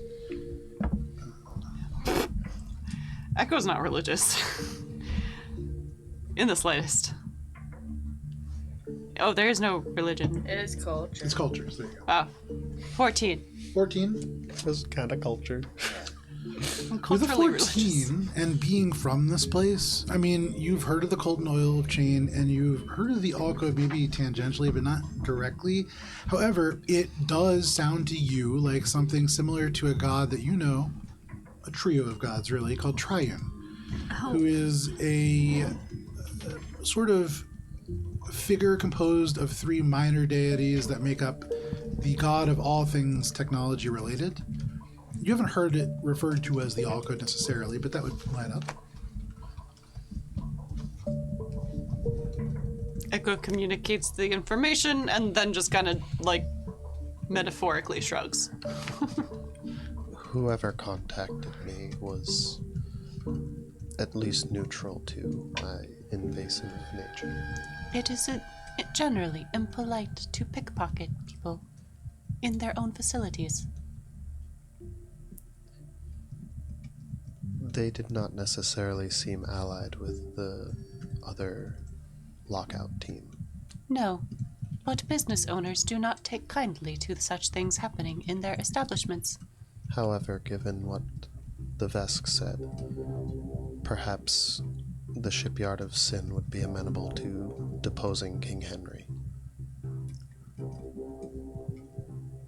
I do not know if it is amenable. However, inevitable. They could be potential allies, at the very least. I do not think they will help us either way. After all, it is a tournament. They might even bet against us. it is indeed the safe bet. Gibbs, Echo, you remember him leaning into Gibbs, and you were able to hear this mostly, where he just kind of said, like, "Are you sure you want to team up with these people?" And yeah, I mean, people are already not really believing in your group, so They better believe it. In fact, I believe most Nice, you people got it. will see our names on the roster, experience a moment of schadenfreude at our names, gloss over it, and bet on either the Bloodwalk team Whoever or contacted the Green me Dragons. already knows my true identity.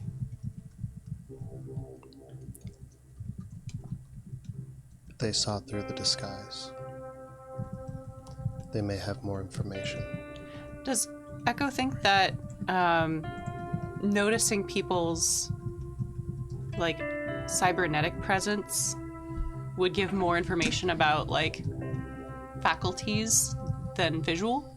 Like, it depends on the person. I mean, you know, if somebody who is a dentist looks at somebody smile, they see something very different than somebody who is a podiatrist, or somebody who is a psychologist, or somebody who's a photographer.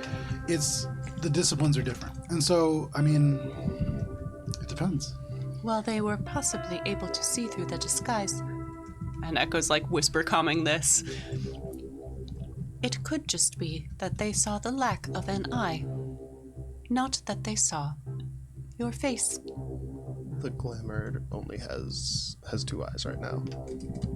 Shade has 2 eyes right now. Yeah, and is the a point human. being Yeah. that they just saw that you don't have an eye, not that they Oh. like recognize this. They saw like, oh, an eye is missing from this thing.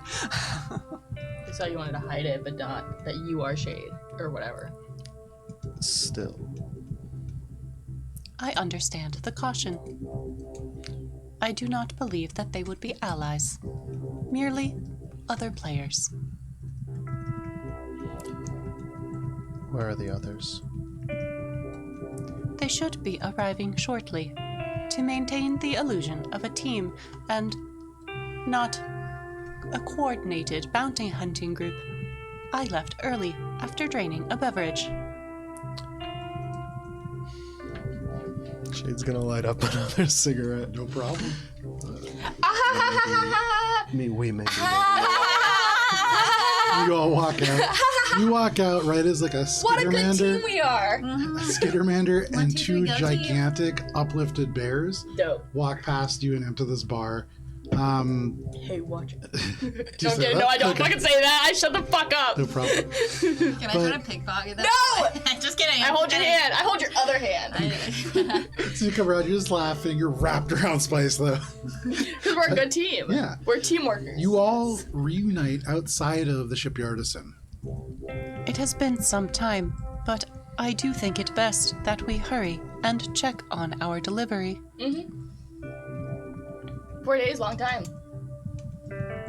It would be a perfect amount of time to modify our ships. Ooh. Should And we to fast prepare. them on the inside? Never mind. I feel inspired based on our very most recent conversation. I'm so ready to do that. Let's go. The mechanics shop, or its former location, is where I sent our upgrades that I requested. Lead the way. Slowly. It's just like, You begin to make your way. 25% speed, please. Damn it. It wasn't enough. But you're walking like normal speed, right? yeah. Okay. God, I can't keep up. She just waits for us every block. It's fine. Don't you have a motorcycle? No. Oh, that's a sore subject. Did it got 8? It got vented into space. We ruined it. We ruined all good things. So you walk Shite. down through the spine, Lights and making your brothers. way out of Warbox Shorn, and in the direction that you know the mechanic shop to be. And as you get closer, you're not sure what you expected, but there is a pretty good indication of where the mechanic shop used to be. Boxes have been put over there. Some trash is piled up. There are still loose pipes that are kind of hanging out of the ground. There's torn metal where the bolts were not removed prior to it leaving. There is char all along the center left and right sides of this building, Thrusters were there. almost certainly. And make a sense motive check. Oh no.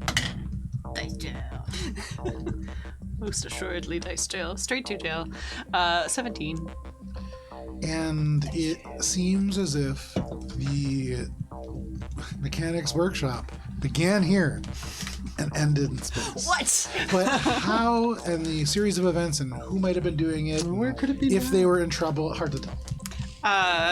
As they approach, Echo's got the foils out for blind sense sound Okay, for 30 feet. sure. Kind of see if anybody's doing a follow or doing a watch. And as they approach the lot, Okay. looking for any deliveries that might possibly still be there. Okay. Probably not, though. Make a perception check. Can I help? Yeah. Great. I use other senses. I sniff and hear for boxes. Also make a perception check with a +0 conditional modifier. 25. 25, okay. Are there any security cameras in the surrounding area that may have seen the comings and goings? Make a perception check. Or actually, make a computer's check if you want to check that way. Hold on. 17 plus 9 is 26. 26. Okay.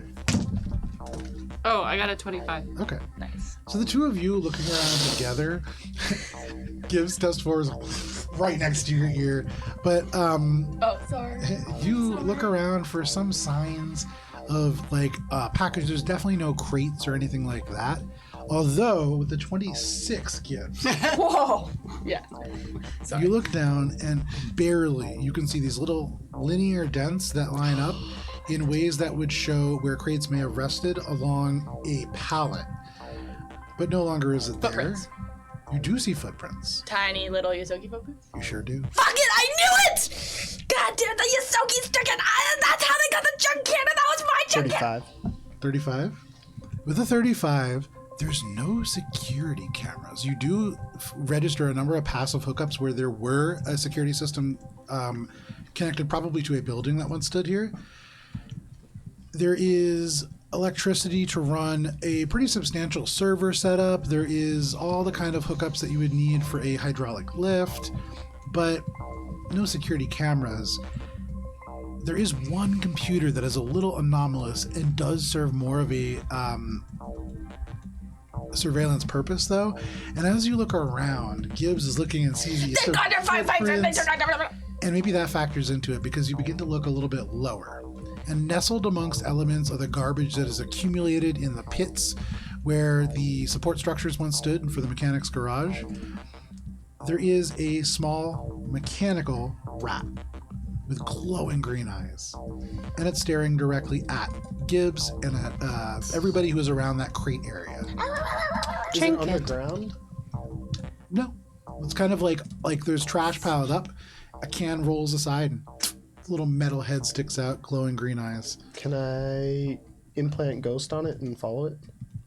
It's like a mobile rat drone thing. Seems to be. Right? They're hard to tell. All right, implant ghost, and I'm gonna track it. So implant ghost, again, needs to be a cybernetic. Installed in a creature. I believe at level 10 I can do it on cybernetic creatures and constructs. Don't see it. But if you can pull it up and that's what it says, then for sure. Trinket. Oh, level 8. Perhaps we should propose a trade. The Bloodwalk might be interested in their bodies. Not the bodies of the Bloodwalk, the bodies that they claim. Once I threw out the door, I'd have to go get them. We would have to go now. The Zinc Crawler crawls along. We are still on the Sin Crawler. But But it for what it's crawls. worth, It- and Echo, you know this for sure.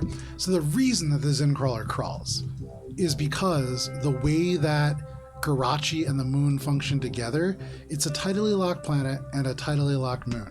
And so there is a very thin terminus line that you can exist in. And should this walker ever break down and it falls into the cold part, the entire system would freeze over, including the people inside. It gets devastatingly cold. If it were to get into the sun side of it, it would theoretically radiate everybody to death. And so it really needs, like, it's walking at a pretty regular pace. You can't really go back and pick things up. In ships, you might be able to. When I asked that you place them outside of the facility, I didn't do that. But here's the thing. Why would they want this when they to make gross whatever Ghost. when we have a better bargaining chip that we could give them? We could give them the food printer. trinket. So the other one is just cybernetics, which I would try, but it's just Why? Why? They deserve better than to be eaten. Even if they're evil, who wants to be eaten? Trinket. I never would have eaten anybody. People are watching Echo get like visibly upset. Bubs, help! What? There is a way that things go on the Zin Crawler. It is not how it may be on your planet. But taking away bargaining chips, We bring better bargaining chips. you do not use your best bargaining chips at the beginning. Having those bodies would have been most useful and also would have given the Yosoki clan what they wanted without them bothering us. The Yosoki clan live in a half level. There's no way I could have dragged 6 whole fucking bodies anyways. And yet that is what they do. probably not alone. And yet that is what they do. But I would be alone. How are we gonna get these back? We have better things. All we had to do was drag the bodies back inside the facility We're and being leave a trapped note. right now. Probably buy them. And at this, like, Shade, if you indicate, anybody who looks over now with Shade's help can see amongst the garbage these glowing green eyes, this mechanical rat that is just regarding all of you. Detect magic. Can I No magic. can I hack into it? So if you use override, 13. 13? Oh boy. Alright. I think I can dictate its actions for at least a round. Let me see what the actual, because it's like the +5 every over whatever. So let's see. It is this. There's so many different fucking override, overload, shocking overload. All right. DC is 10 plus. We're level 10 now, so plus 5, so 20.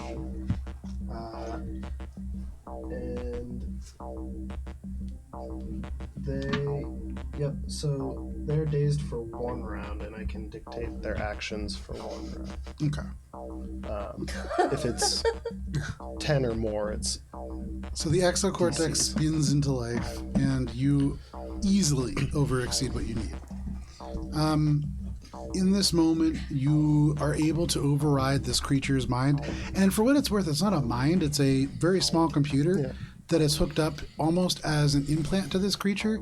It doesn't actually interface with their brain directly. It is almost like a rat, like a just regular rat. so it's a real biological rat. It is. And it's wearing a very peculiar, it's hard to tell if it's a cybernetic or it's a Just like a mechanical creature or something. VR headset. It's kind of really, it's a weird thing. You've never seen anything like it. junk and tech. Yes, certainly junk tech.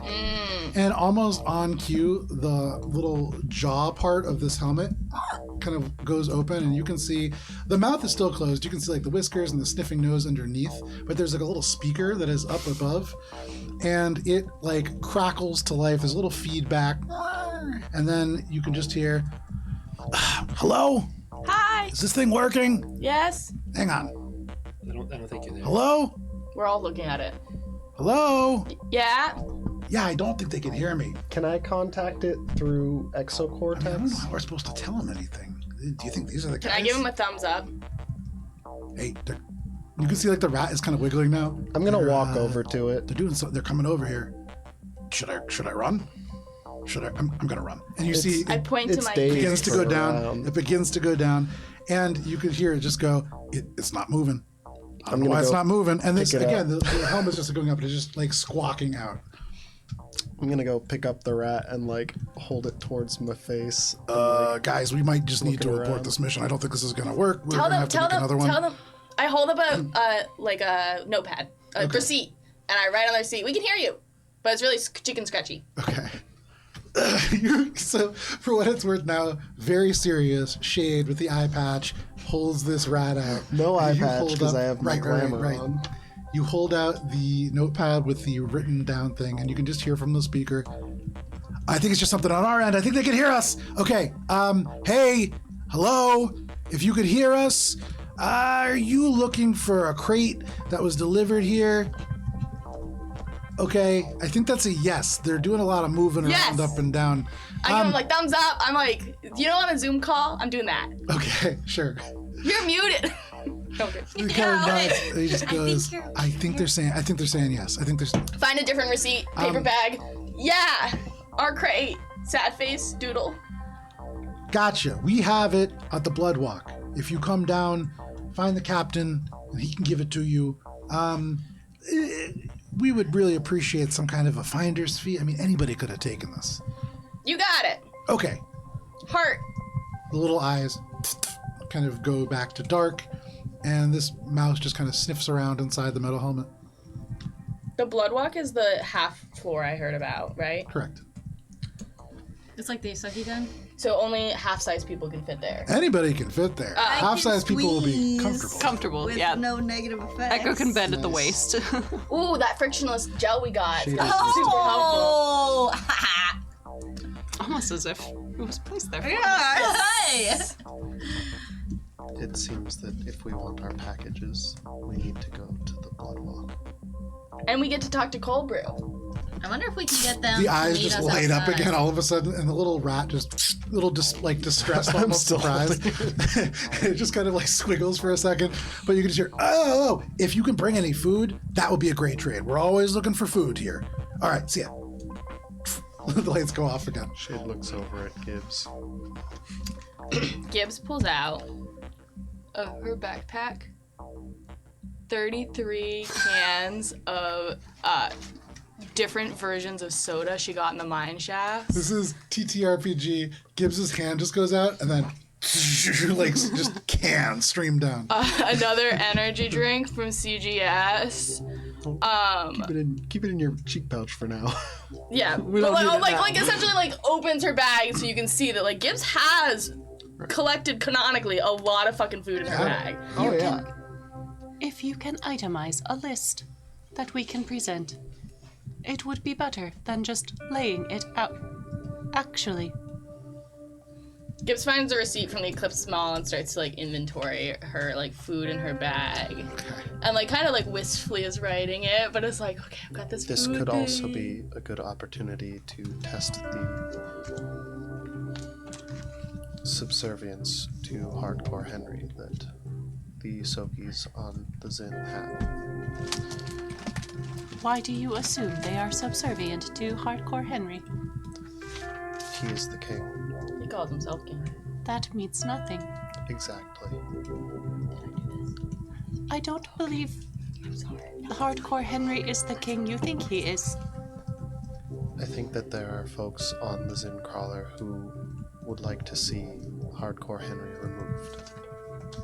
It is a good idea to figure out who those people may be. Starving So- Isokis love a rebellion. So Echo's understanding of Henry is that he's kind of just like He's a figurehead for the. not even no, like not Yeah, even. not He's just even. kind of like a dude who's who's like tangentially associated with the Carbon Cartel, He is, but not like a kingpin in any way.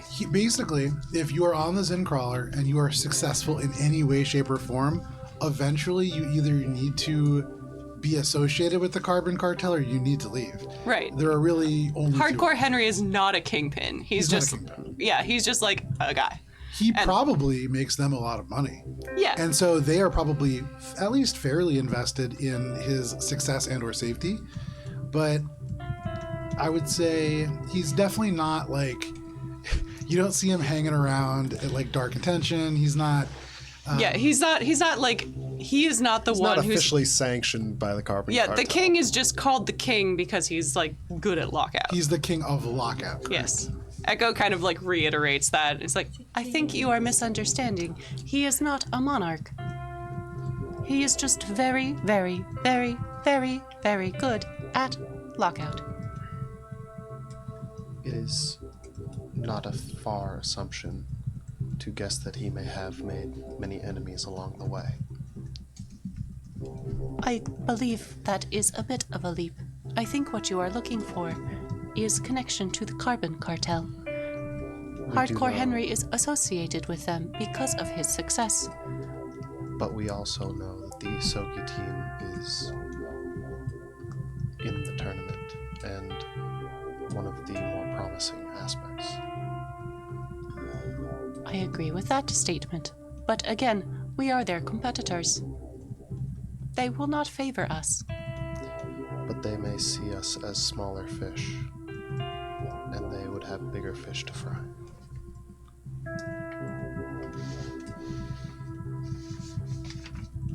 I disagree. But we shall see. Bloodwalk? I know the way. You know the way. I think actually I made rolls, and I don't think Echo actually has been to the This Bloodwalk. has never been to the Bloodwalk. Does But anyone know I- where it is? Found out from Creepy Guy. Yeah, he's not a creepy guy. Oh, can I He's put- just a guy. Okay. What if I put the rat down and let it... Well, Gibbs 'Cause, Gibbs like legit knows I the know. way. I actually know the Oh, way to good. That's Bloodwalk. good. Yeah. Do you have the food on you? Well, that is Yeah, so silly. I texted of course everything you have I the have. food on you. I I would recommend, Gibbs, that as you walk, you rank the food items and create a grouping of least missable to most missable, and most missable being the final offer we make them. It is always good to start low, so you can maintain as much of your resources as you choose. Do not offer everything up front. But I want you to know that I would offer everything up front, and I have nothing but faith that I won't go hungry. It is appreciated.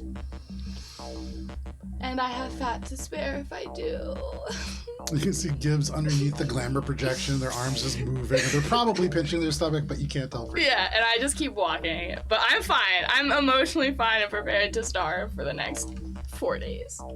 Despite the fact that you have a food synthesizer back on your show. But it's all the way on director. Lots of money. But like, if the only thing you can buy here is fucking emulsion gel, Gibbs would rather starve. Oh, there's lots of other food. That was just the first place that you went. Ooh, can I get fresh? There's What's a like good there's like vendor food stalls food? right around yeah, here. what's a good vendor food? So all along the spine, there are vendor foods. There are 2 places outside of there that you could go to, but I mean, the spine is really where you can get food. Is that there on are the not way? there are not like grocery stores. Yeah. Make a perception check if you're gonna walk in that direction.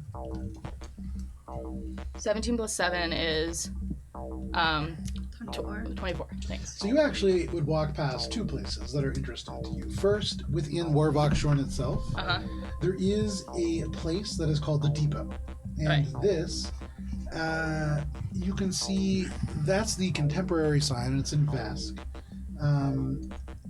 There is another sign in common, and this is faded metal that was stamped into the original bulkhead. This is not a Jacinto Walkworks. This is like the superstructure of the craft itself, of the Zen Crawler. It's kind of hard to read, but with that perception check, you can just make out that it says W.S. Frognot. Which one smells better? Well, it smells like you smell beyond fuel. You smell beyond maybe medical supplies because you can smell that astringent, but you can also smell what smells like very shelf-stable, like ration-style Dope. materials. I want to run in there, You grab. can't really run in. Can I? Hang on quickly- 1 second. oh.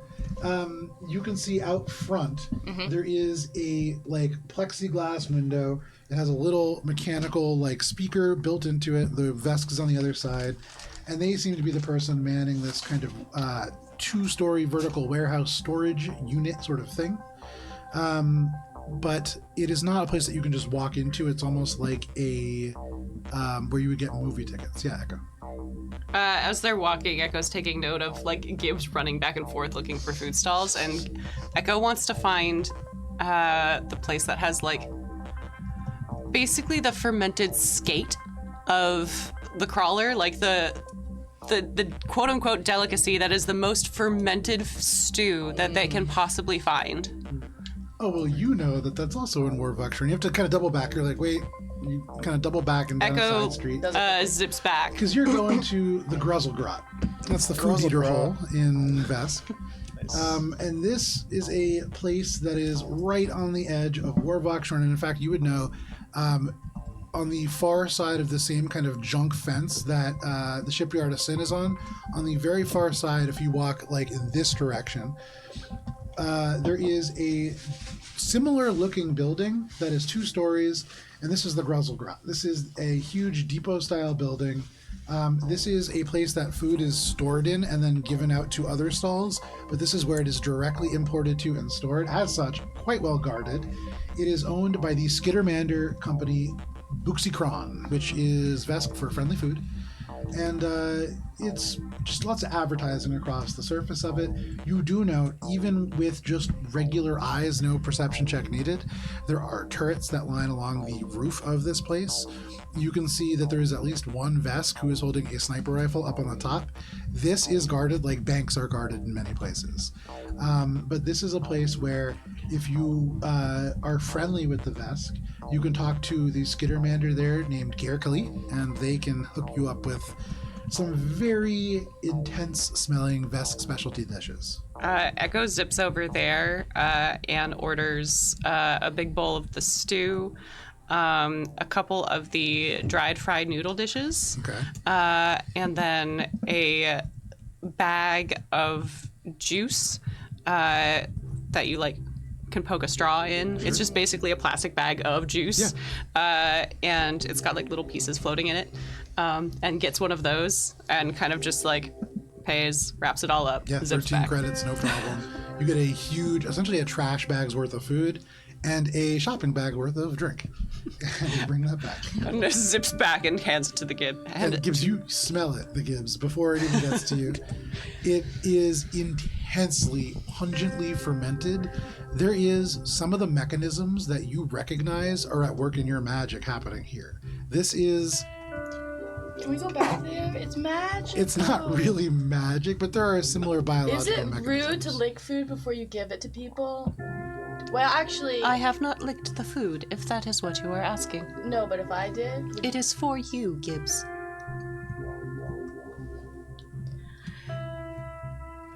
No, Gibbs licks it, but then puts it back and is like, this is the bargaining chip. This is the best thing in the fucking world. You lick ever. it, and to it's like replace all the moisture the rations. gets pulled out of your salivary glands and straight into your mouth.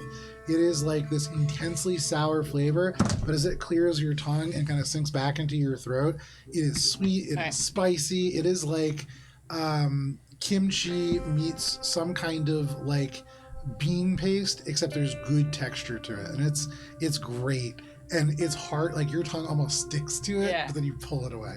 Echo bought it after she wins this bargaining. Yeah, Echo bought it to replace the rations. Gives a little treat. But you make your way towards the spine, and there, Gibbs, you smell much more regular food, I guess.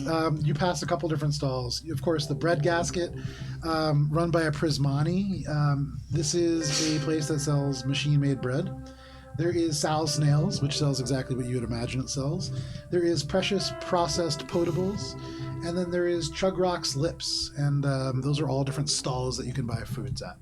Chug's lips? Chugrocks. Chugrat's lips. Chug's Roxel Lips. Chug's Roxel lips. What's that? Chugroxel Lips. It is a stall. You can see there's a little Skittermander there. and he has a bunch of little like Bunsen burner style things with circle little cast iron things on top of it, and he is making for all the world what looks like crepes. Although these crepes, you It's can either see lipstick or crepes. I'm not as sure. it hits the hot surface, it begins to curl and caramelize in a way that makes you realize the crepes themselves, like shredded, almost. It's like a meat, almost like bonita flakes. It curls up a little bit on the skillet, and then he fills it with something that is like a kind of mushroom that is very salty and peppery smelling as well. But rolls these I up, love your description. and he's selling these little like taquito-like snacks to people. So might as well grab one. Okay, yeah, just 1 credit, no problem. That Skittermander hands it over to you. If food is in my Starfinder backpack, Yes. you can't smell it anymore, right? Correct. Cool. So I put all of my like good food into the backpack. Okay. The good smells go away. All right, and I wait for Spice to finish eating. Okay. And then I go to the blood walk. Okay. So you begin to lead the rest of the group to the blood walk. Is there anything else anybody's doing along the way? If it takes more than 10 minutes, I'm going to do my thing where I can gain a resolve point by taking in the culture of the Yeah, it'll surrounding take you about area. 15 minutes. No problem. You take in You're the taking culture. the culture by eating your But grape. you, it's like, ooh, Yeah. wee. No, you do. You eat this grape. You thank the Skittermander who's running it. You walk past these other places, and you walk through part of the spine that you haven't really been to. You go the other direction past the primary defensive platform, away from the Liberteca, and into the kind of interim place that eventually will lead to the Diamond Deck. Now, I believe... Oh, sorry, not the Diamond Deck, the Blood Walk. As they're walking along, with Spice having a crepe, Echo gets a, like fizzy kind of like it's like in a it's in a can already, but it's basically juice that has been left to ferment a bit. And has more of like a fizzy and more like herbal quality, but has a really good like textural feel on the tongue. Okay. Yeah. And like buys one of those and hands it to Bubs, so that it's like a really textural beverage, because Bubs can't taste. Yeah, no, absolutely. Yeah, it's the tiniest bubbles that you've ever felt, and so it almost feels your mouth waters, and so for all the world, you get the sensation of sour without the flavor. It really is it's an experience. And for Shade, Echo's kind of like looking around to find nutrient cubes because they think like, oh, I love nutrient cubes. Shade also eats nutrient cubes, and then like feels like maybe that's just stupid. Make a sense motive check. I was gonna say Echo then kind of tries and thinks back to like what they've seen Shade eating Cigarettes. besides cigarettes. Cigarettes. Your palate's Shade has ruined. eaten. There are vending machines, interestingly, that sell. They just sell like chems, but you can see that there is cigarettes that are for sale in those. It's a dirty 20. Dirty 20 with a dirty 20. Sorry, remind me again. You are Shade's favorite food. Echo's looking for something that sense motive. So as you've been looking around, you haven't seen a single nutrient cube. Yeah, of you haven't course. seen nutrient cube packaging, but aside from that bread place, and there's quite a group of people around there, there's not a whole lot of processed food around, and that's unusual for the Zen Crawler. A lot of people, if they're not getting food here, they're importing like lots of chips or like things that are stable, and then they're just kind of sitting on that in their private abode. But you haven't seen a lot of those wrappers. as they're thinking about that, I think they kind of pass by a stall selling a bunch of different like weird things on skewers. A lot of like braised and smoked things that are like really, really spicy, with like sides of beer. And basically just purchases like 4 of those and like a beer. Yeah, they're walk mammals me down. almost certainly, but you can see off the back about 14 tentacles like curl up, and within the suckers of them, that's where the sauce really collects. It becomes very sticky and smoky within the fire, but pulls them off on these skewers and no problem. Mark off another 5 credits. Echo's basically looking for something that you would eat while you're walking around the Zin Crawler after a long race. Oh, for sure. And you guys are definitely taking a food tour of the Zen Crawler at this point. You're such a good Host. And before too long, and whoever was taking that short 10-minute rest, you can mark that off, After 15 minutes, you make your way to the outer ring of the place that is known as the Bloodwalk. And it is called the Bloodwalk not because it is like foul and covered in blood. Most of the metal here is pretty badly rusted, and so it's pretty red in many places. A lot of the rust has been kind of smoothed down and then glossed over with some kind of a coating to keep it from getting worse, but it's a very red-looking kind of metal all around the deck here. And as you make your way over, the first structure that you can see before it kind of spans out, and there are fences that really separate everything here, is a huge, like 60-foot tall ceilings. There's echoes of machinery and like people chatting and grinding. There are about 10 Yosoki that are all clustered around what is called the Bop Shop. And there is just bits of junk that are being hauled in. You can see there's 2 Yosoki who are hauling a bathtub between them. The bathtub is full of different elements of junk and broken down bits. You see old lighters and like some of these discarded vape sticks that you guys have collected. All kinds of things just kind of thrown in there. And they are carrying it into the shop. And then as they disappear, you can hear this loud grinding sound, very similar to the universal grinder that all of you have. They have a much big louder. sized. It would seem, if that is what is making the sound, it would be huge. Make it way in. It's like an emulsifier for bodies. Probably. Extra your way up. industrial body grinder. Make your way over to the Bop Shop. So what are all the giant grinders we've been seeing? Wait, is the Bop It's Shop just a through the Bop giant Shop is the magic bullet Bloodwalk? blender, not a Is the rest sponsor. of it. It's So just a you tiny make little your way Yosoki. into the Bloodwalk, and you can see at the very far end of the Bop Shop, and sure enough, right in the middle, there's a huge universal grinder. The people are putting that entire bathtub, they just toss it right in, and it just gets ground straight down. Little bits fly all over the place, but they're already turning back and going off to grab something else. People are throwing metal, people are throwing concrete, and it just goes down all the same. And things are just disappearing to some unknown location below. But across from that, at a desk at the very far end, underneath a single kind of halogen light, you can see 2 glowing green eyes that are embedded into a black Yosoki. They're wearing a denim cap that looks almost like a train conductor's cap. They're wearing green overalls over their otherwise like bare chest, but they squint and you can see the aperture shut just a little Do bit. we still have the rat? And they just wave over to you. And they gesture for you to come over. All the other Yosoki kind of stop what they're doing. They look at you a little bit, but they kind of wave. A couple of them. You know what? Make a diplomacy check, Gibbs. These are my kin. I'm good. We're good. I don't like their dietary, but like, who does, you know? Diplomacy, I'm great at that. 22. 22. You go through, and you do, and people nod to you. All the Yosoki, they smile. They're very friendly to you, almost like weirdly so. And you do hear, as you go by, one of them whispers to the other, I think she has real food. I think she's bringing us real food. I can smell it on her paws. And like you're walking by, and they're being friendly to you, but that's almost certainly motivated by the food that you have on you. But for what it's worth, that is certainly an effective bargaining chip here. Everybody's being very friendly to you. Nobody's really paying attention to anybody else. But you make your way through towards this individual's desk. And as you walk over, you hear the same voice that came out of that speaker, although this time in person, as they just say, glad to have all of you here. I'm Foxtrot. Foxtrot, trinket. Shakes your hand, just says, so, you're here for a couple crates. Mm-hmm. We can help you out, but I was kind of hoping maybe you could help us out with a little bit more than the food. There's been an accident. Are any of you any good with animals? We have. He has a dog, and she points at Shade. I mean, more like... looks around. This is gonna sound crazy, so ask anybody here if I'm telling the truth. You know anything about dragons? Dragons? Oh, yeah. I know. I have dreams about dragons Technically fought sometimes. a dragon. I was gonna say, actually. Well, Spice No. like flicks out all 6 of her cards. You mean time to duel or whatever?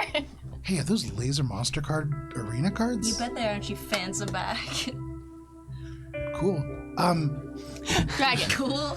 Yeah, dragon. See you on You the have a other dragon planet. problem. He like knows what they are, but only at passing. It was just like, okay. Goes right back to you. And he just says, down in some of the older sections of the Bloodwalk, the parts that have collapsed and formed sort of a cavern of junk, we've been having people going missing. People around really important projects, and it's sensitive.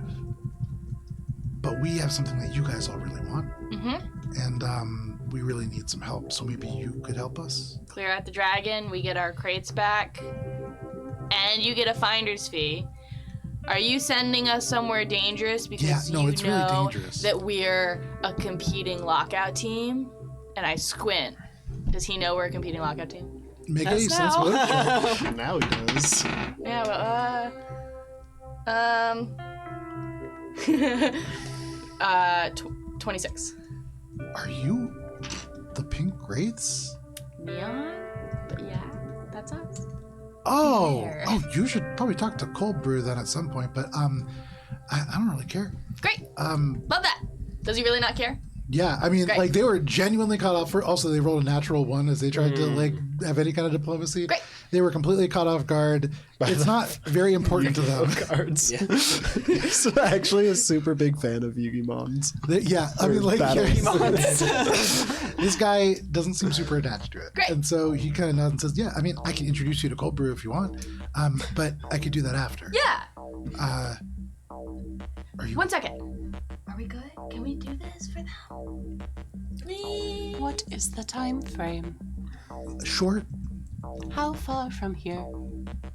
Well, we can get down to the lower levels very quick. There's a lift that will take us right there, but that will almost definitely attract the thing's attention. I don't even know if it's really a dragon. That's the other thing.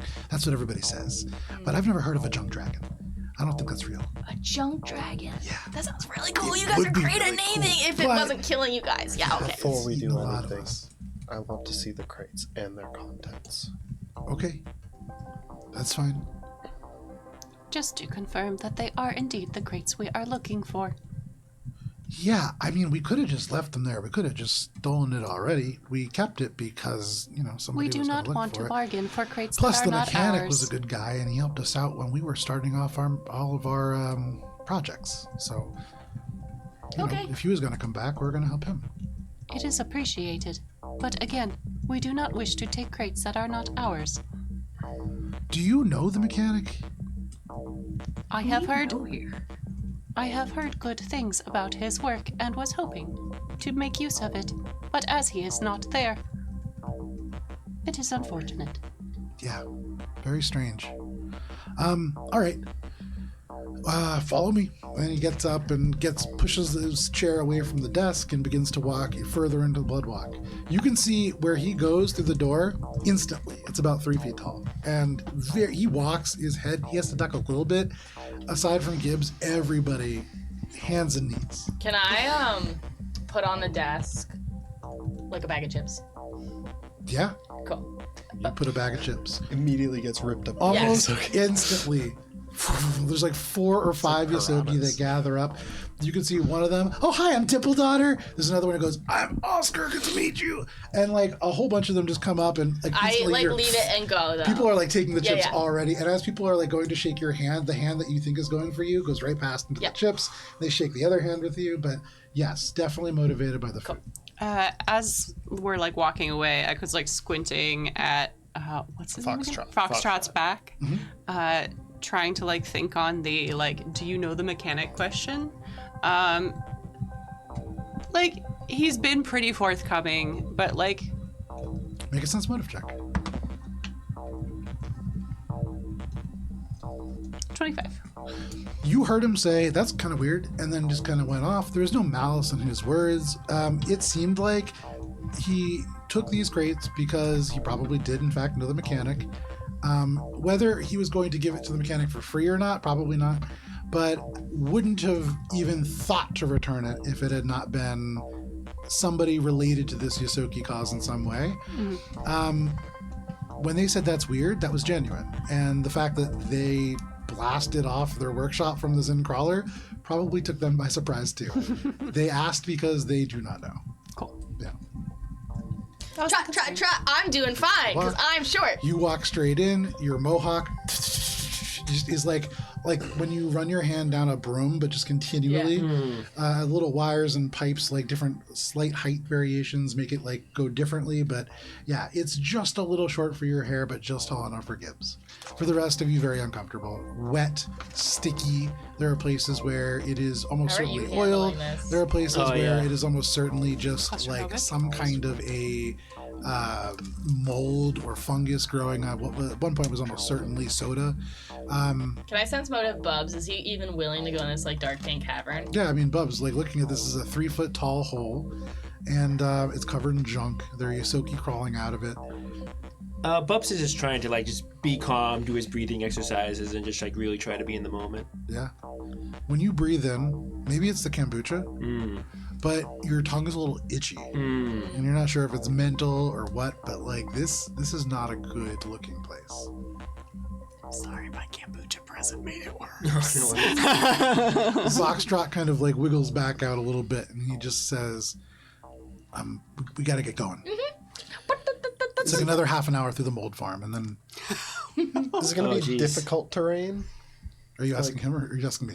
You. Like looking at it, is it going to be like... Oh yeah, that's probably so. For them, it wouldn't take very long to get down. Right. For you It's probably guys, going to take us longer than it's the going half to be hour longer that for he's all of saying. you. No, the half an hour is for you guys. Gotcha. Okay. We're slow. I'm so sorry.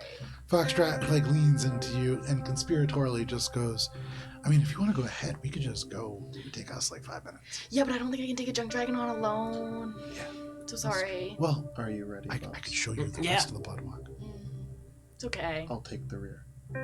Sounds good. Sorry, Foxtrot. He just shakes his head. And Sense motive that. yeah, make a sense motive check. Is it because I'm a cutie with a booty? If this is for lust, I fully support it. 29. Oh, yeah. There is an element, perhaps, that there is definitely some kind of flirtation there. Oh, nice. Also, you are Yosoki, and nobody else here is. And there is perhaps more to this place that they are not willing to show the rest of these folks. Spice is like, yes. But he leads you all in the direction of this kind of lift. And you make your way through more progressively moldy, sort of straight caverns. And at a certain point where there is a 4-way intersection, he turns around and he stops you. And he says, are any of you squeamish? That one. No, I'm not squeamish. We kill people all the time. Try not to touch the slime cows. They just, they slime. Yeah, I'm trying not to touch anything. He, around the corner. Do you follow? Go. Okay. Gibbs, you walk around, the rest of you on hands and knees. You crawl through the garbage, and because it is 9:30, before we round the corner and see the mold farms and all their glories, this is where we're going to stop for the evening. But thank you love this for joining plot. us for this evening. For Starfinder, please let us know how the sound was. I'm always working on that. But we'll be back next week. If you can't wait that long, tomorrow night at 7 p.m. Eastern Standard Time, we are going to be playing our original D&D campaign, Courts of Everest. You can come and join us at 7 p.m. tomorrow. But please stay safe. It is crazy out there. We'll see you next week. Goodbye. See you, Space, my friend.